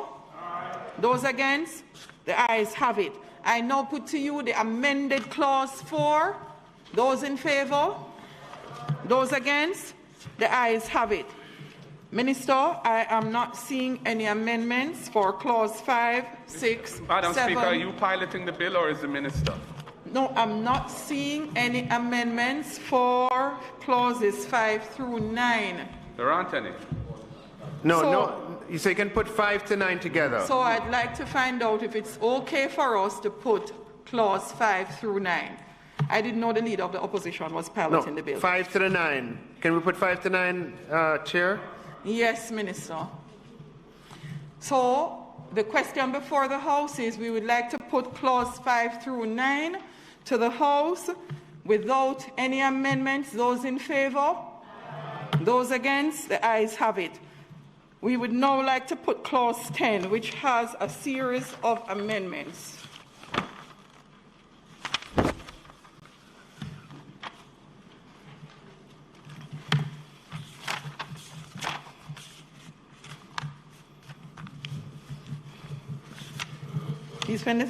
Please spend the time to go through. So clause 10 has amendment 1, amendment 2 for subclause 1, amendment 3, subclause 2, amendment 4 as it relates to subclause 3,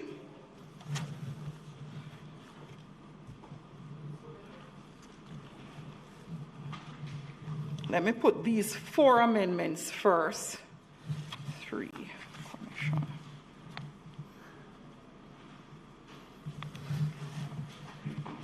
As it relates to, we'll take clause 3, separate, Minister. So let me do these first. 1 through 4, those first 4 amendments. Put before the House amendments 1 through 4. Those in favor? Those against? Number 3. Oh, sorry. I would like to, no. Not yet.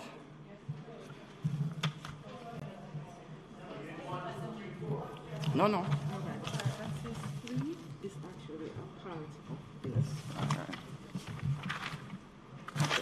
Thanks. I put to the House clause 10 as amended with 4 amendments. Those in favor? Those against? The ayes have it.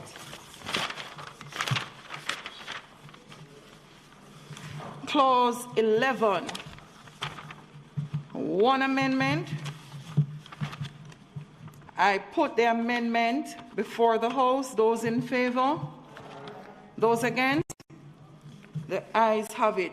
So clause 11, is being put to the House as amended. Those in favor? Those against? The ayes have it. Clause 12 has an amendment. Clause 12, subsection 1. I put the amendment to the House. That's only seeing one. You have another one? Only 12, subsection 1.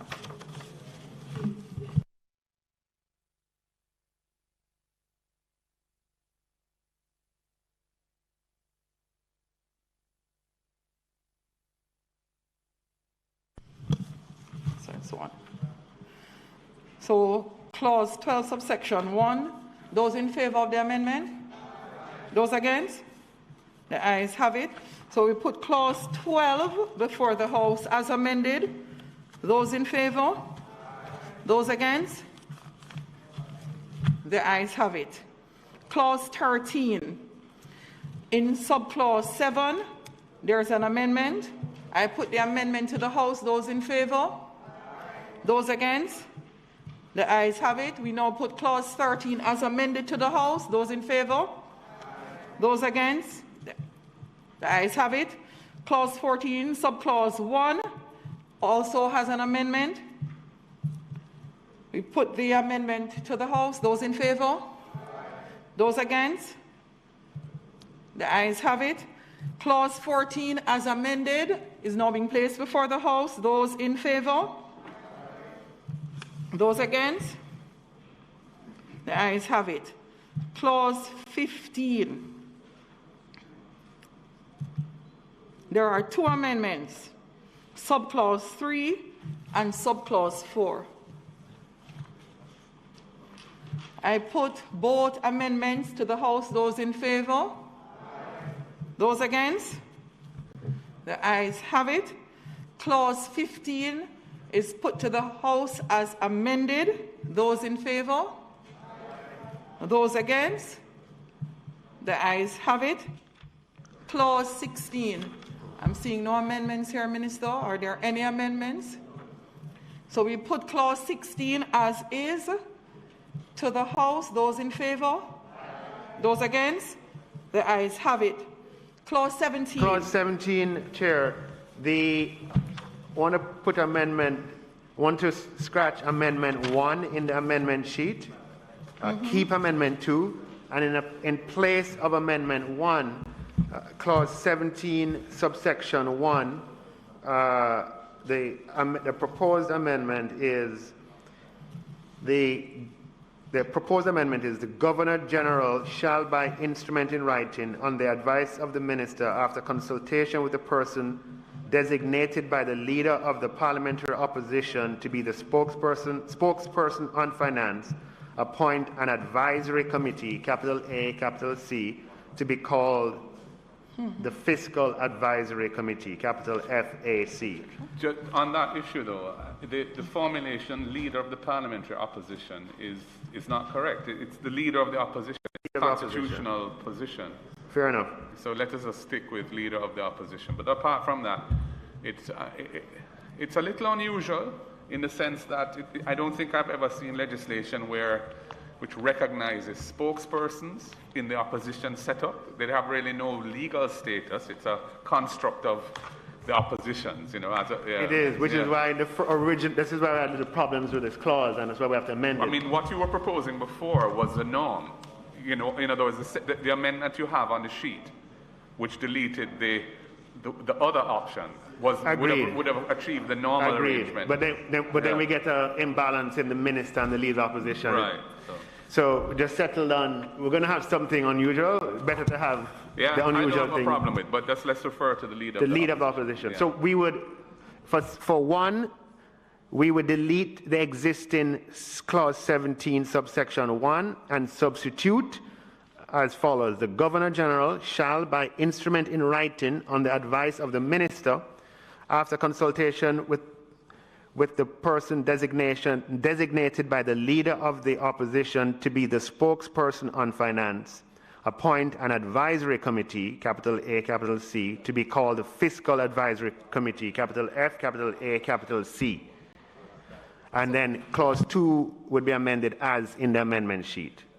So, House, the new amendment 1 for clause 17 is being placed before the House.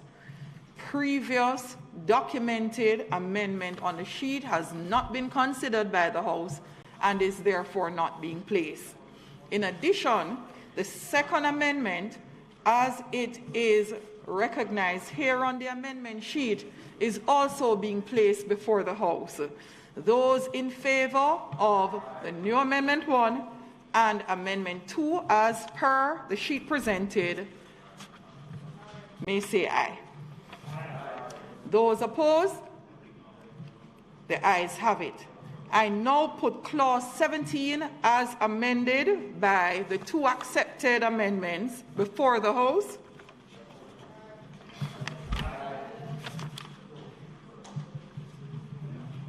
Those in favor? Those against? The ayes have it. 18 and 19 you can put together, Chair.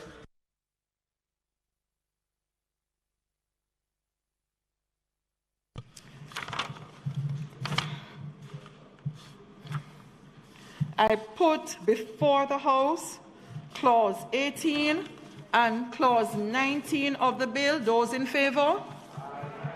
Those against? Those against? The ayes have it. As it relates to the first schedule,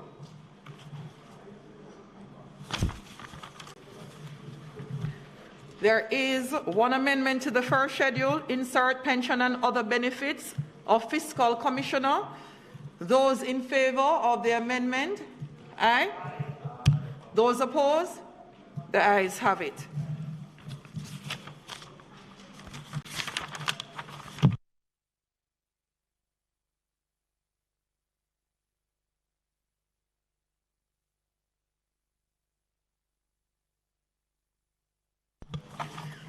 In respect of the second schedule, in the heading, delete the word staff and substitute therefore the word officers is the requisite amendment. Those in favor of the amendment? Aye. Those against?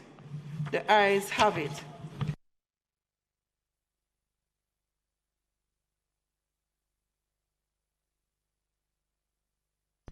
So we will put the amendment as accepted and the first and second schedule as amended by those or as adjusted by the accepted amendments before the House. So those in favor of the adjustments to the first and second schedule may say aye. Those opposed? The ayes have it. Finally, the third schedule, there are no amendments here. Those in favor? Those against?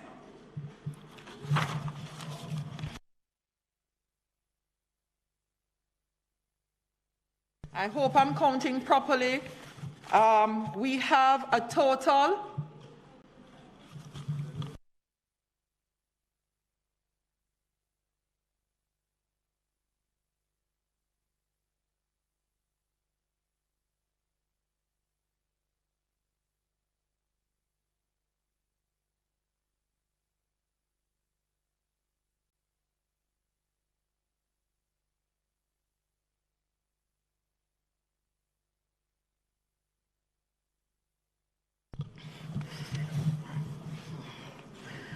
I put the title of the bill, an act to establish an independent fiscal commission to promote sound fiscal policy and fiscal management in an effort to sustain fiscal discipline before the House.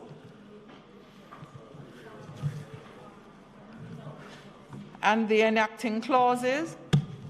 Those in favor and the enacting clause. Those in favor? Those against? The ayes have it.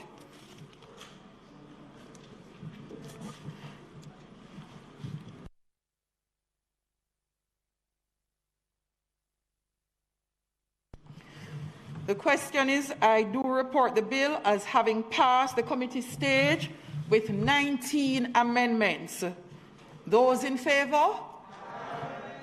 Madam Speaker, I ask that the bill be read a third time.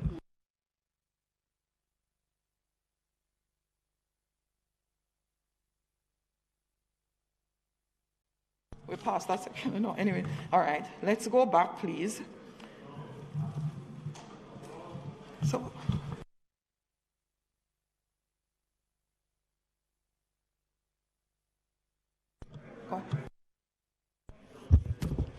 A bill entitled An Act to Establish an Independent Fiscal Commission to Promote Sound Fiscal Policy and Fiscal Management in an Effort to Sustain Fiscal Discipline, read a third time and passed.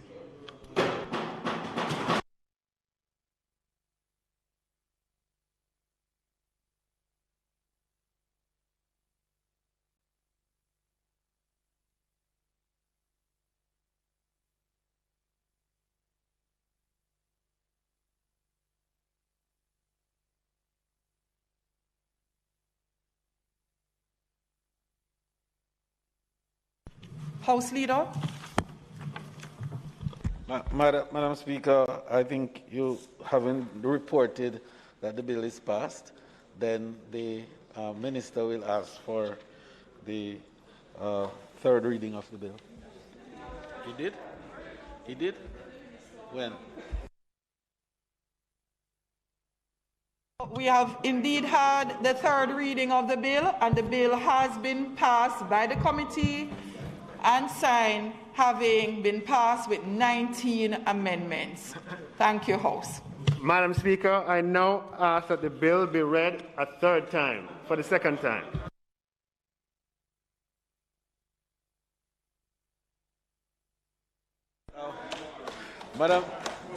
Madam Speaker, it is not intended to do any further business for the day.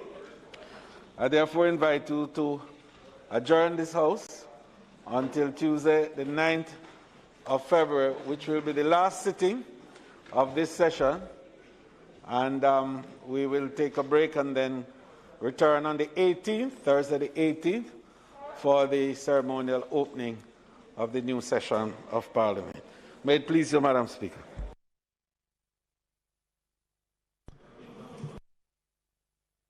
The House will now adjourn to be reconvened on the 9th of February at 2 p.m. Those in favor? Those against, the ayes have it.